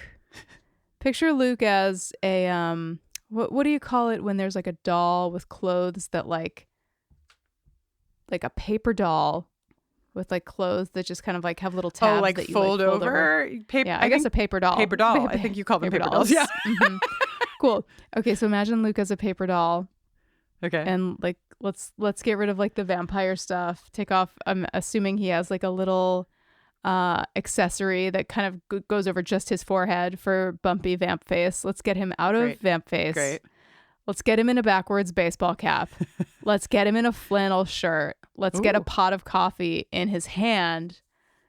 And let's get 2 women who never stop talking so fast seated at a table where he pours coffee into their mugs. You've never watched Gilmore Girls, Kristin? Not one time? I haven't. I have not. Oh, boy. I thought we were getting somewhere. I was trying to figure out, like, I was like, are we Veronica Marsing? Are we Gilmore Girlsing? Like, what show is she steeped in that I have not seen? It's autumn, so, it's the annual rewatch until it gets too painful to go on time for Gilmore Girls. So when I think of the name Luke, I think of one thing only. Is that guy's name Luke Wheeler? Wheeler. Oh, no, that's a Luke from Nashville, Luke Wheeler.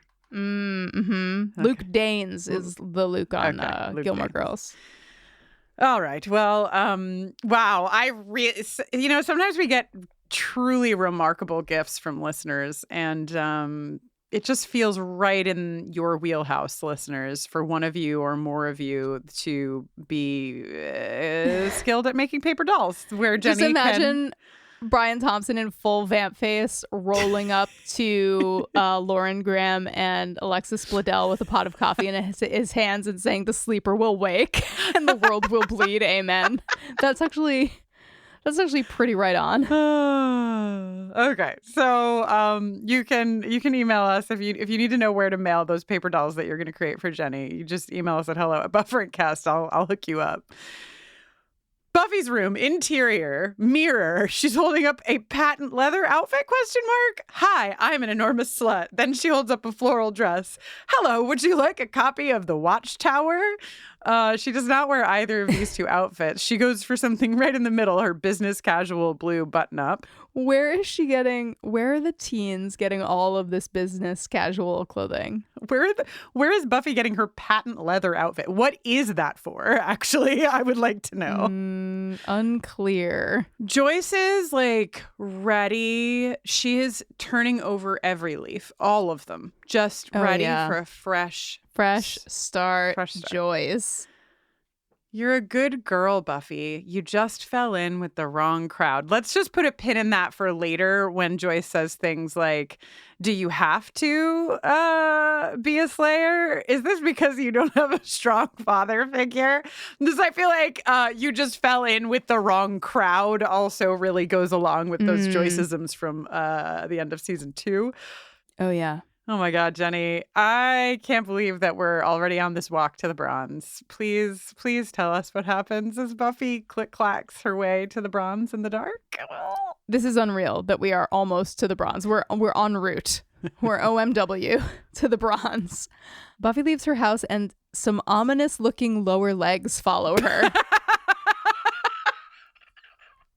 Uh-oh.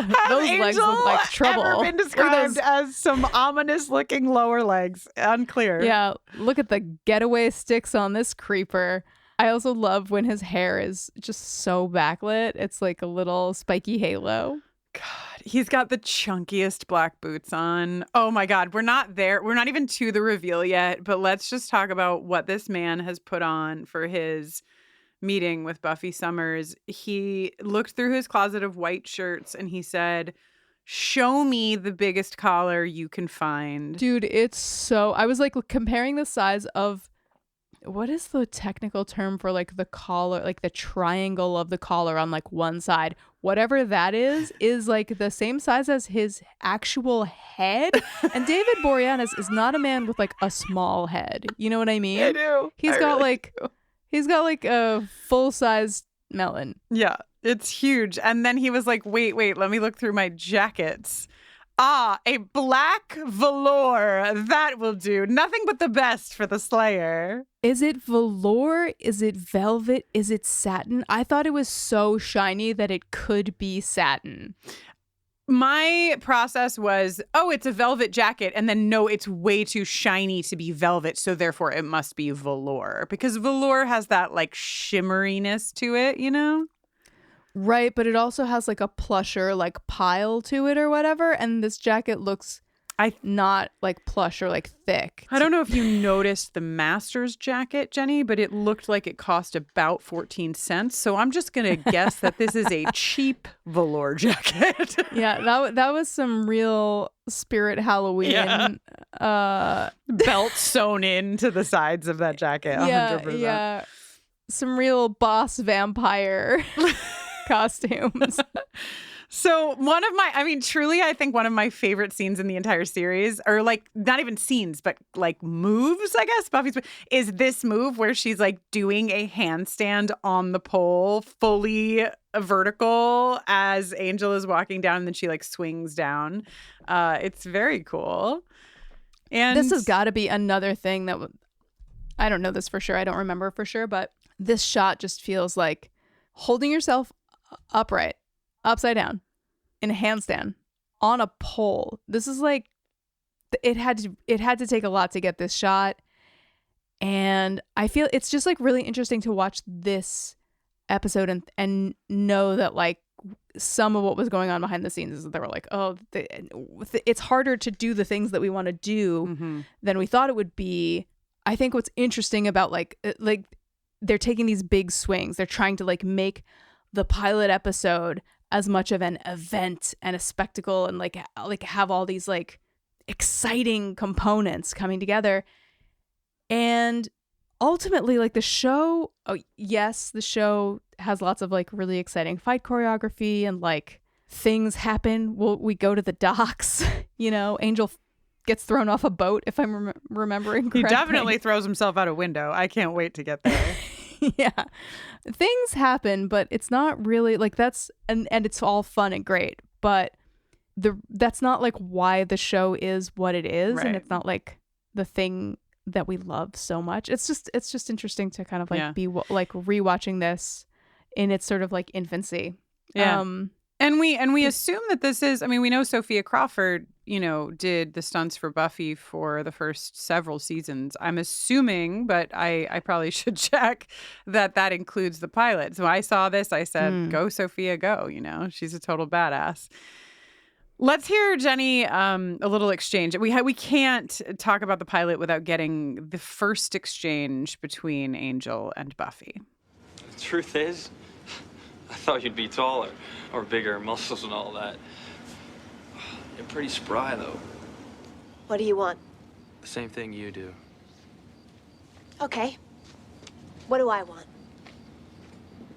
To kill him. To kill them all. Sorry, that's incorrect, but you do get this lovely watch and a year's supply of turtle wax. What I want is to be left alone. Angel saying, I thought you'd be taller and more muscular when he saw her in Los Angeles like 5 months ago or something. Yeah, there's a lot of discrepancy actually when we know that he has like not only seen her in LA, but that he is like definitely he gave up rats for her. You know what I mean? Like he has a lot of feelings. Yeah. LaToya in her production notes wrote, what do we think about this very angelus rendering of Angel, which is exactly what I thought on watching it, of like he has this like snark and this like, I don't really care about you, I'm just like here to help you if you even want it, but if not, like I'll just go back to doing my vampire stuff. And when you contextualize it with what we'll learn about Angel, it really is not the Angel that we will come to know. Yeah, do you think he's just like really putting up a wall to protect himself? I guess so, yeah. Or do you think they're figuring out what the show is and what the characters are? I mean, I think they're figuring out what, like, I think the backstory of Angel probably got fleshed out a bit more as as we got closer to it and what have you. And David Boreanaz is playing Angel with what he knows, which is not the full stuff. But I would prefer that we simply read it as Angel is being put on his velour jacket so he looks hot for his love, but also is playing it cool so that she is intrigued. I don't think Angel has that kind of game, but we'll talk about that much later in the season. With her business casual half-button shirt and her hair up in this particular way, I note that Buffy looks a lot like Jean Smart in Hacks. Oh my God, she does. She looks like a comedian in her 70s. Yeah. Like, it's working for Jean Smart, but maybe not quite age appropriate for Buffy. Girls don't want to kill them all. Girls want to be left alone, Kristin. This is what I'm always saying. That's what I'm always saying, too. Angel giving us like a real Christian Slater voice. Like I just could only hear Christian Slater. You're standing at the mouth of hell. I just like needed him to like have a cigarette and Winona Ryder to be standing somewhere in the alley. And then he tells her that she has to be ready for the harvest. How funny. That's the name of the second part of this pilot. What?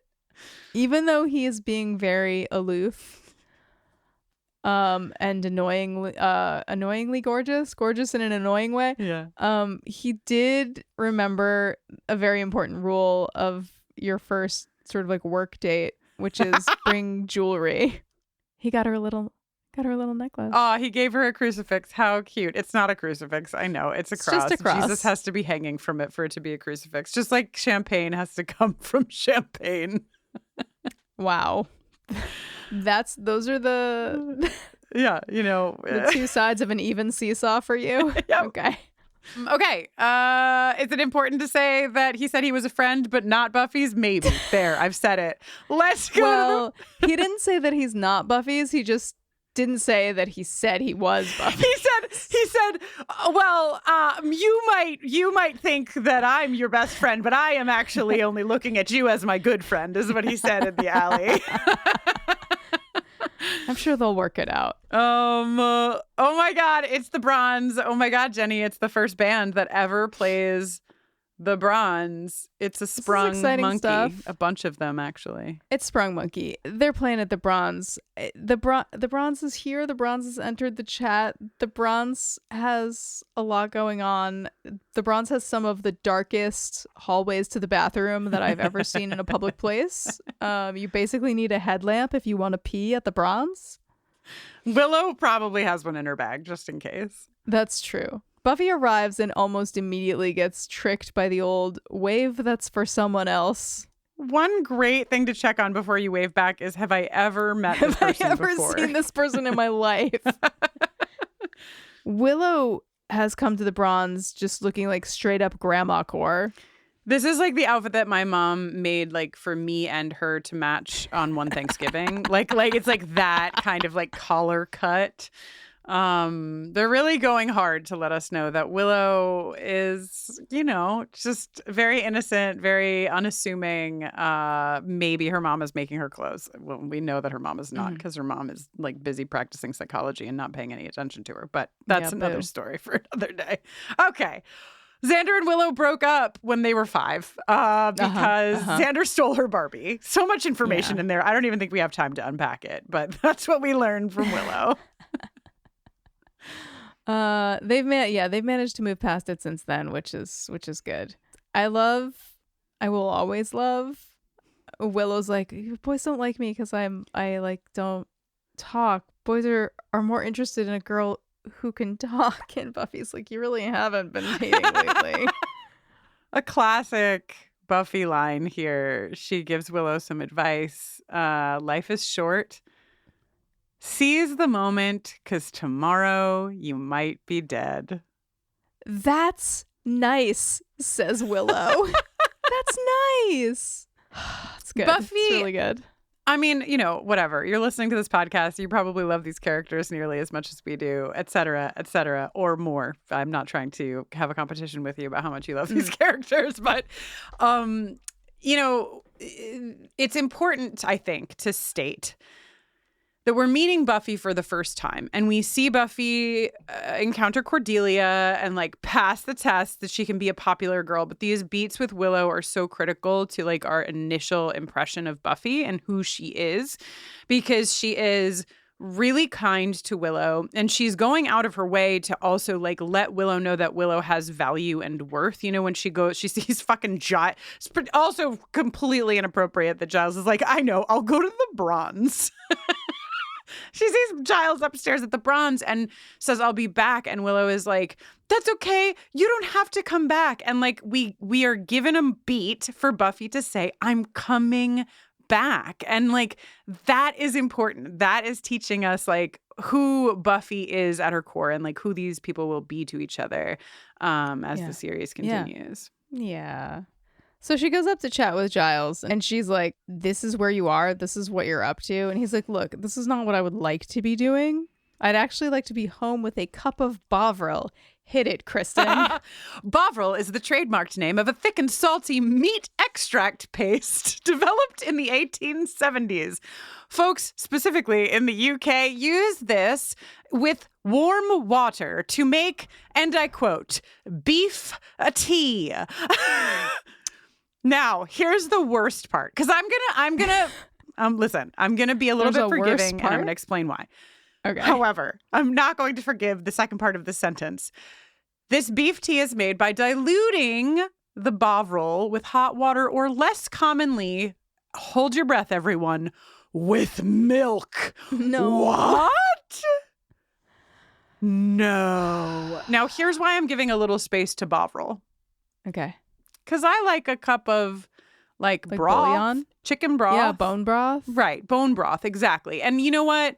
So if we're saying like it's just when you say thick and salty meat extract paste that I'm like, where is the eject button in this thing?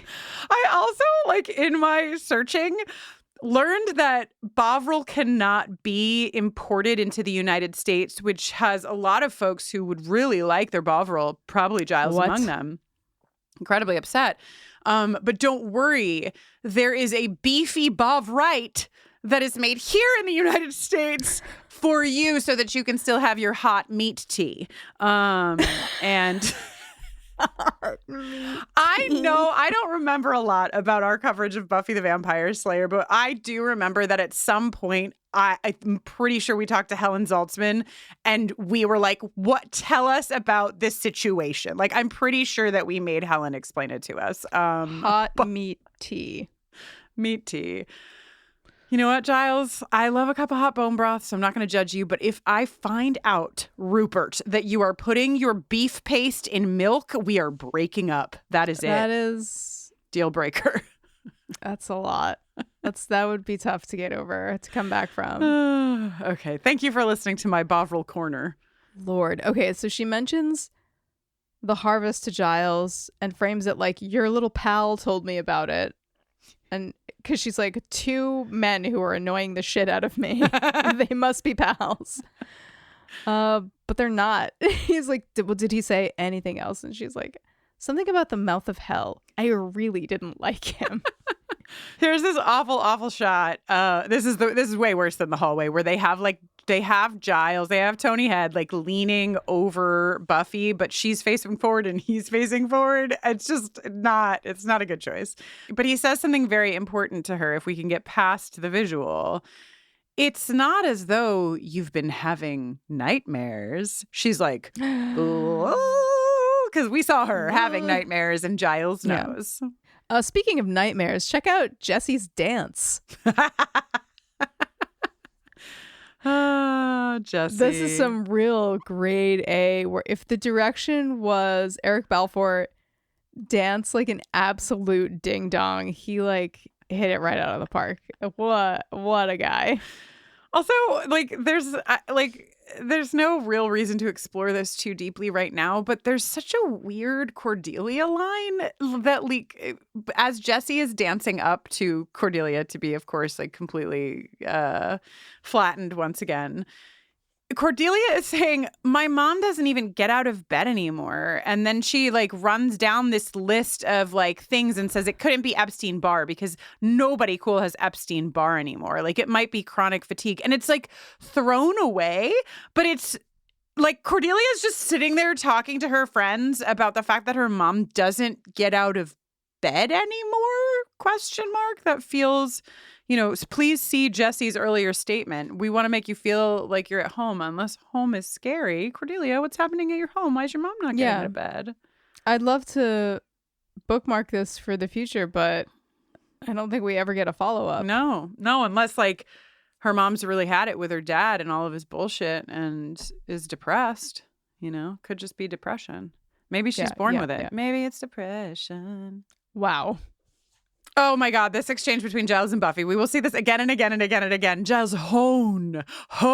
Yeah. Hone. This is where he was like really Wesleying out, in my opinion. Yeah.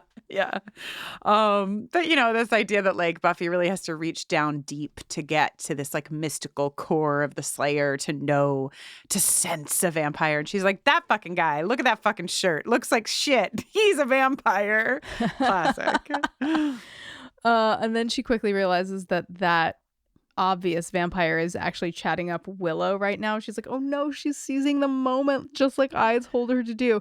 And she's like a puff of dust. She's like a cartoon. She's gone so fast. And then this really tickled me on this watch. Giles does this little like uncertainty swivel. He's like, should I go?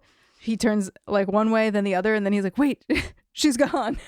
It's like some real great body comedy, I thought, from Tony Head. Worth going back and rewatching. Buffy, resourceful as ever, snaps a chair leg off as she goes looking for them. But the first person she attacks is Cordelia. She has Cordelia up against the bathroom wall. And when she realizes it lets Cordy go, Cordelia gives us a classic. What is your childhood trauma? Taken, like, pulled right off the page from Heather's. This is like real Heather's dialogue from Cordy. Buffy circles back to Giles and is like, well, I couldn't find him. Meanwhile, Jessie is talking, oh no, to Darla. God, Darla in her tiny little princess voice. Julie Benz just, I'm here with family. Have I met them? You will. I love her so much. I write, Jessie is flirting with Darla. Who wouldn't? Who amongst us would not? Okay, to the Master's lair again. Luke is so excited because the moment is here. He's like, it's Rex Manning Day. It is Rex Manning Day. This ha ha ha ha ha. This scene of ha ha ha ha ha. The Master rising from the red water is ha ha ha ha ha. Complete notes from Kristin Russo. Not too much fruit punch on this mouth. We're gonna get way fruit punchier. I was shocked when I saw that Mark Metcalf in this makeup had barely a drop of red outside of his lip line. And I haven't looked ahead yet to confirm, but is it just me or does he look way more like a bat in this episode? Yeah, there's like a certain smoothness to his skin a tautness, if you will, that I don't remember when I think. But also his nose is like very bat-like, you know? We'll have to track it. Yeah. The Master Nose Watch 2024 begins now. Master Nose Watch. So he's weak and I hate to say it, but he's stuck in a wobbly bubble. You know, you just hate to be stuck in a wobbly bubble, but this man is, and he'll be free soon. He just needs to get his strength. So can't he drink the blood in the blood pond? I'm just realizing it's worth asking. It doesn't have the consistency of blood. Yeah. I think it's and also it's like people die when they drink bath water, right? Who knows how long he's been down there? Do you die if you drink bathwater? Well, you don't die if you drink bathwater, hard stop. But like there was that whole thing with like a YouTuber was selling like bathwater and somebody bought it and drank it and died because I think enough time had passed. So there was like a bacteria situation. So, you know, and who knows how many hundreds of years the Master's been languishing in that blood pond. That is, it might actually just be, now there's a meat tea if ever I've seen one. Yeah, it's actually just a little puddle of Bovril. Yeah.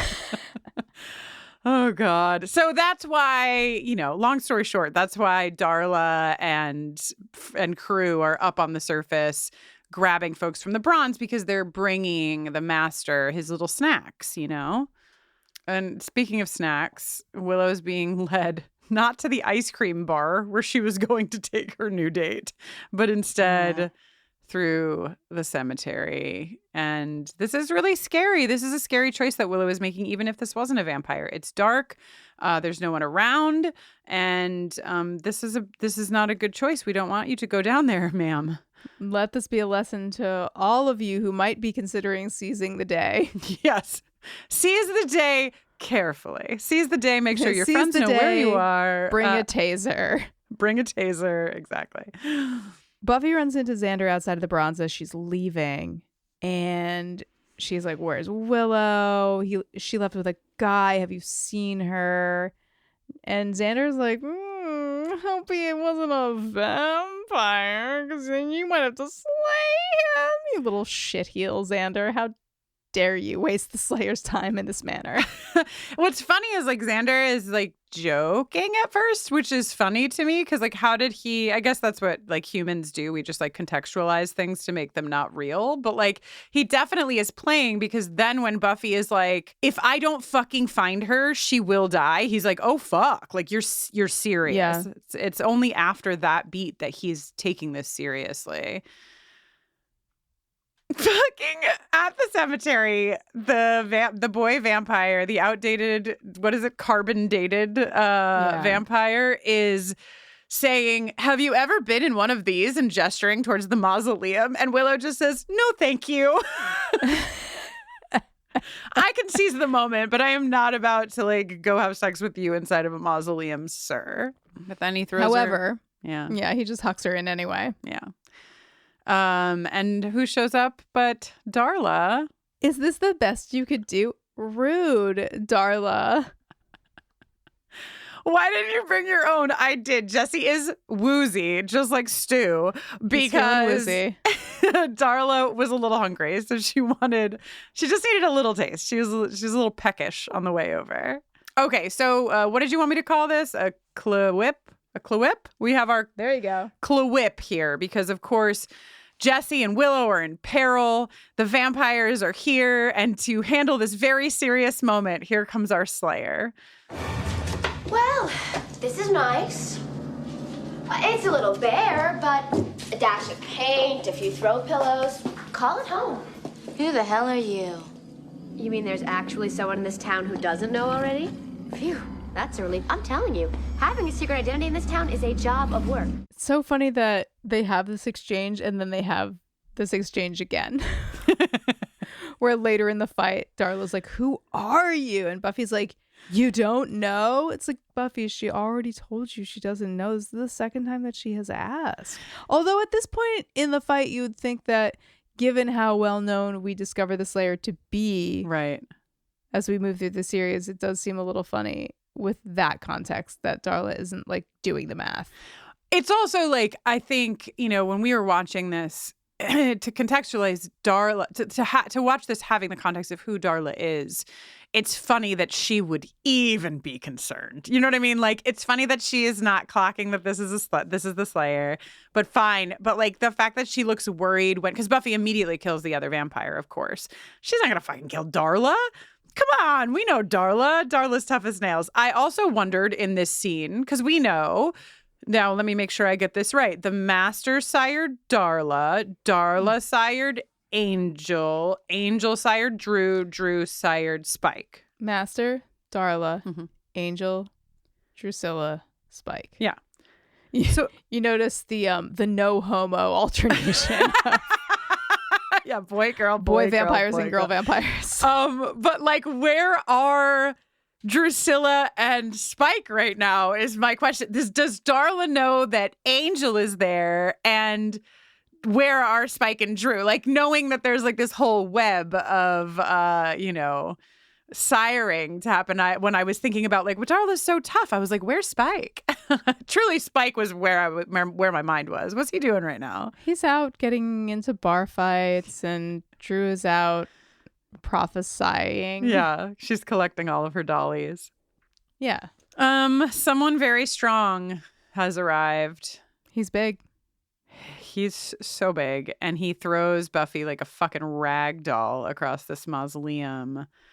Can we please hear? We're going to play 2 sound clips of Luke, because you know what? We can. It's our fucking podcast, and I need to hear the first one. You're strong. I'm stronger. How do you talk like this? Like, how do you do it? I don't know, but he deserves his own special Emmy. Do they have an Emmy just for the way you talk? Because he deserves one. Outside, Xander and Jesse and Willow are running, but this clip is in the credits. It's like the sort of like they might be about to break into the Thriller choreographed dance, perhaps. Mm-hmm. All these vampires coming through. Then Luke breaks Buffy's stake. This is actually where he throws her. I'm sorry, I got excited. And then let's hear what he has to say as the first part of the 2-part pilot comes to a close. And like a plague of boils, the race of man covered the earth. But on the 3rd day of the newest light will come the harvest, and the blood of men will flow as wine, when the Master will walk among them once more. The earth will belong to the old ones, and hell itself will come to town.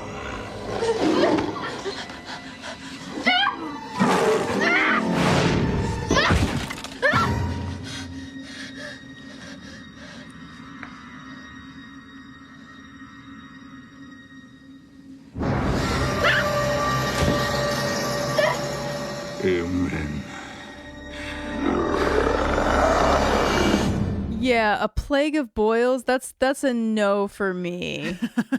I'm out on a plague of boils. Thanks. Yeah, it doesn't sound great. The blood of men will flow as wine.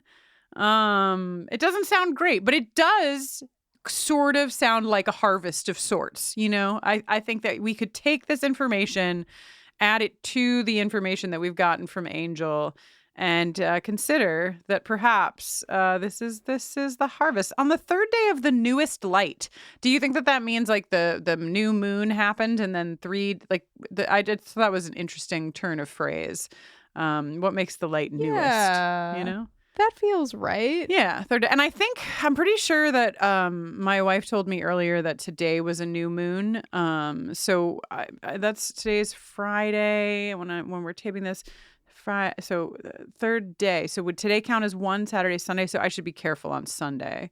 Be careful on Sunday for sure. Just in case. All right, great. Well, Jenny. Whoa. We've gotten to be continued. Wow, that's really exciting. You know, this train only goes in one direction, Jenny.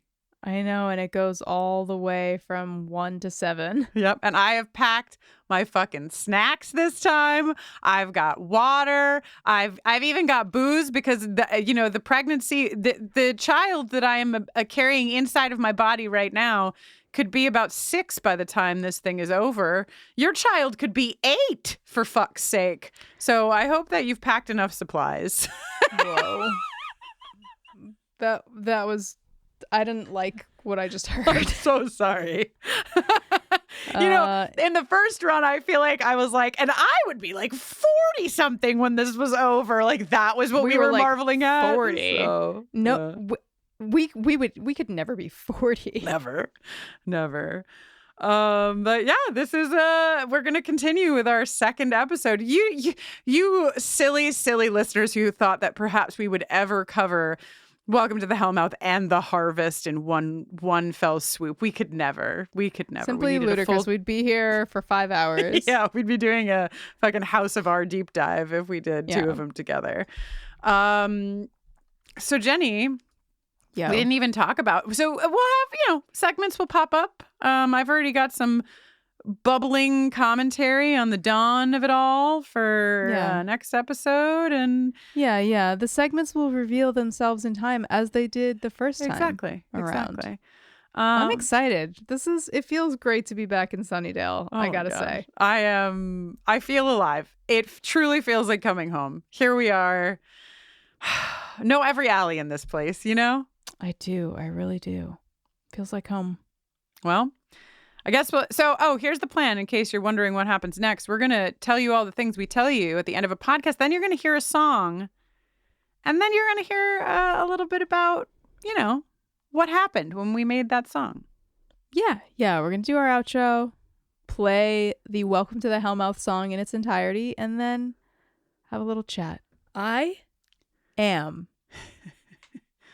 Jenny Owen Youngs, and you can't stop me.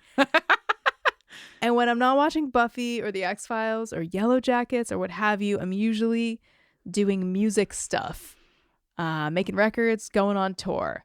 A deluxe edition of my album Avalanche is coming out this very month on November 22nd, my birthday. If you've been listening to the podcast, you know all about my birthday because I talk about it all the time.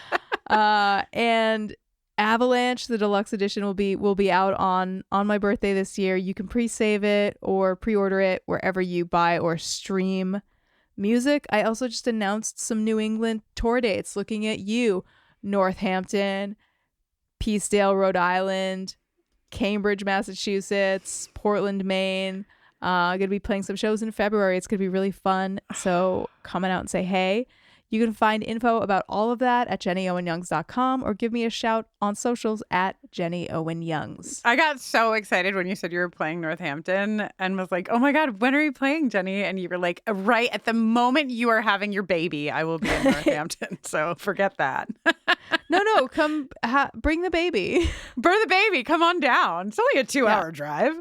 I am Kristin Russo, and when I'm not talking about Buffy or the X-Files with Jenny, I am often working with and for LGBTQ plus communities.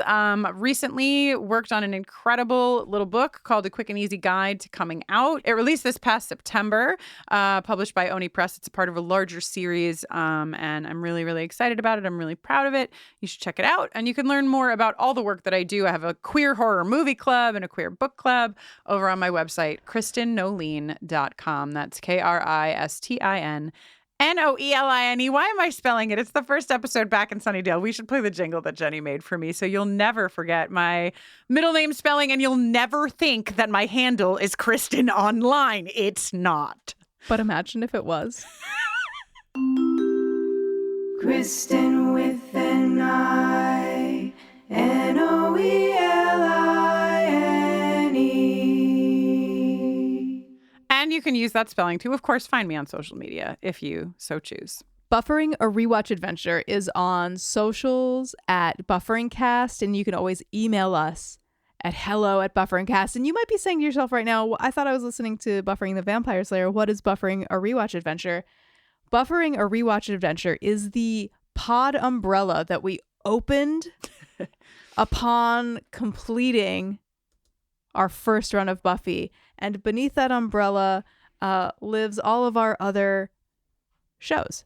We've got the X-Files. We've got Doom coming. We've got Okie Dokie, a Fallout podcast. We've got bits and bobs and things. And depending on where you listen or how you listen, you might want to know that our main Buffering a Rewatch Adventure feed has all of our shows in one place. But if you are a purist and you're like, I couldn't possibly with X-Files, I only want what I want, we also have all of our shows in their individual feeds for your convenience and enjoyment. Yeah. For her pleasure. Yes. Wow. If you would like to support the work that we do here, we are an independent podcast. We do the producing and the talking and the editing and all of that inside of our little Buffering a Rewatch Adventure umbrella here. We'd love to have your support. We have a Patreon, patreon.com/bufferingcast. It's super active over there. You heard Jenny talk about Fallout coverage and Doom coming, which is our Yellow Jackets coverage. A lot of that goes first to our patrons. We do movie watches. We do, of course, Buffy watches, X-Files watches. It's a very fun time. And it's a great way to help us keep making the content that we make. This episode was produced by Kristin Russo, Jenny Owen Youngs, and LaToya Ferguson, with support from our consultant, Mackenzie McDade. It was edited by Kristin Russo. What can't she do? Until next time. Woo!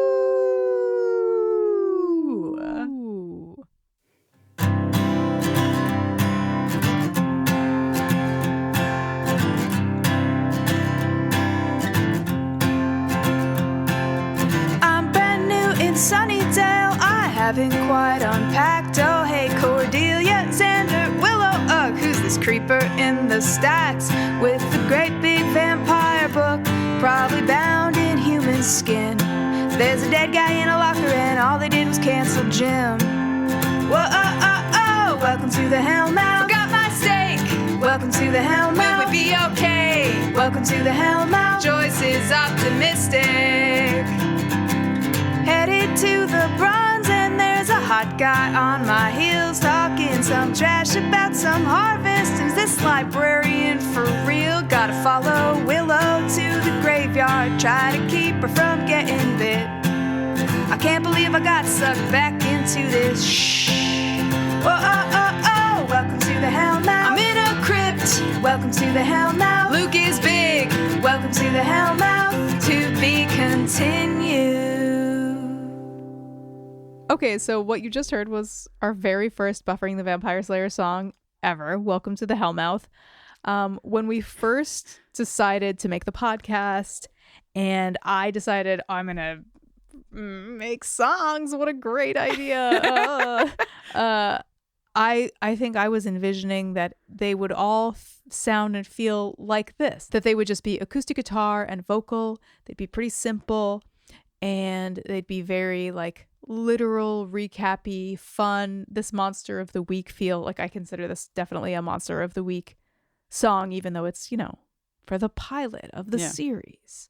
We've got the callback chorus with Joyce is optimistic. She's so optimistic. Luke is big. If I may, we've looked at the pilot episode for some of, what become classics in the series. And I think like those two lines that you just said, like Joyce is optimistic and Luke is big. Those like contrasting kind of lyrical lifts feel very indicative of songs that you will write, especially in this vein, in this Monster of the Week vein. Your ability to bring in words like optimistic in a lyrical structure is incredible. And at some point, we're going to get the periodic table. Not even 2 more episodes, we get periodic table of the elements. I think one of your most impressive lyrical insertions of all time. That was, I feel like periodic table of the elements, like finding a way to fit that phrase into the sort of like established rhythm and phrasing of the verses of where it appears was like my first personal challenge, where I was like, I'm going to figure this out, and I'm going to make it feel like it actually belongs here. And that became kind of like an ongoing thing for me, like a continuous series of personal challenges. Can I do this? Can I figure out how to do that? The normal rules of songwriting apply, but also, the world is wide open, and I can do so many things. I feel like I can do so many things in buffering songs that I can't do in regular songs. So that's pretty fun. This was, and you knew, I'm pretty sure that you knew, or we knew, that at least melodically you were writing one song that was going to be split into 2 pieces. Like when we get to the harvest, you knew when you sang To Be Continued, we were going to continue this same song, which doesn't happen with all of the 2-parters, but it does happen again with some 2-parters, right? It happens again with What's My Line. Right. Becoming parts 1 and 2 just have one song that we ended up putting in Becoming Part 2. I have a regret. I'd like to air a regret. That's what this is for. So the way that this ends with the To Be Continued, what I should have done at the beginning of the Harvest song is I should have played the F. I should have gone to connect them. Yeah. And that's what you do live now, right? Like you'll play that to get into the harvest when you play it together as one, because it's very rare for you to only play. Usually, if you're playing Welcome to the Hellmouth, you're going to play the harvest as well, right on its heels. Jenny, just for the listeners at home, as I was halfway through that, Jenny's office chair was just spinning empty. She was gone, and I was like, is she going to come back with a guitar? What's happening? I did want to go grab a guitar because it's actually, sorry, not that anybody is scoring me probably, but I meant the G, not the F. The harvest should start with like, so hey, about that harvest, well, it seems to be quite nigh, but it doesn't because Jenny messed up. Hey, you know what? That's part of the process. Just, you know what? Just like in the pilot, they learned, don't put the puddle of blood. Yeah. Oh my gosh. Shows, they're just like us. Well, as you've indicated, Jenny, you and I both thought, yeah, just a little ditty at the end of each episode. And that will, over time, if you're a new listener, uncover itself to be completely untrue. A lie we told ourselves. A lie we told ourselves because, and I want to say this, and I'm sure we'll repeat ourselves as we go through the pod, but like, you know, the reason that the things kind of like, the horse got away from the cart, so to speak, is because we were having so much fun. We could not stop having fun. And so, you know, when you're having fun, you're like, oh, but what if we did this? And what if we made this? And then you've set a bar and now you have to reach that bar every time. So we're going to try to have a little less fun this time. That's not true. No. We're going to have so much fun and make all new challenges for ourselves. How delightful. Hooray. All right, Jenny. I'll see you next time. See you next time. Bye. Bye.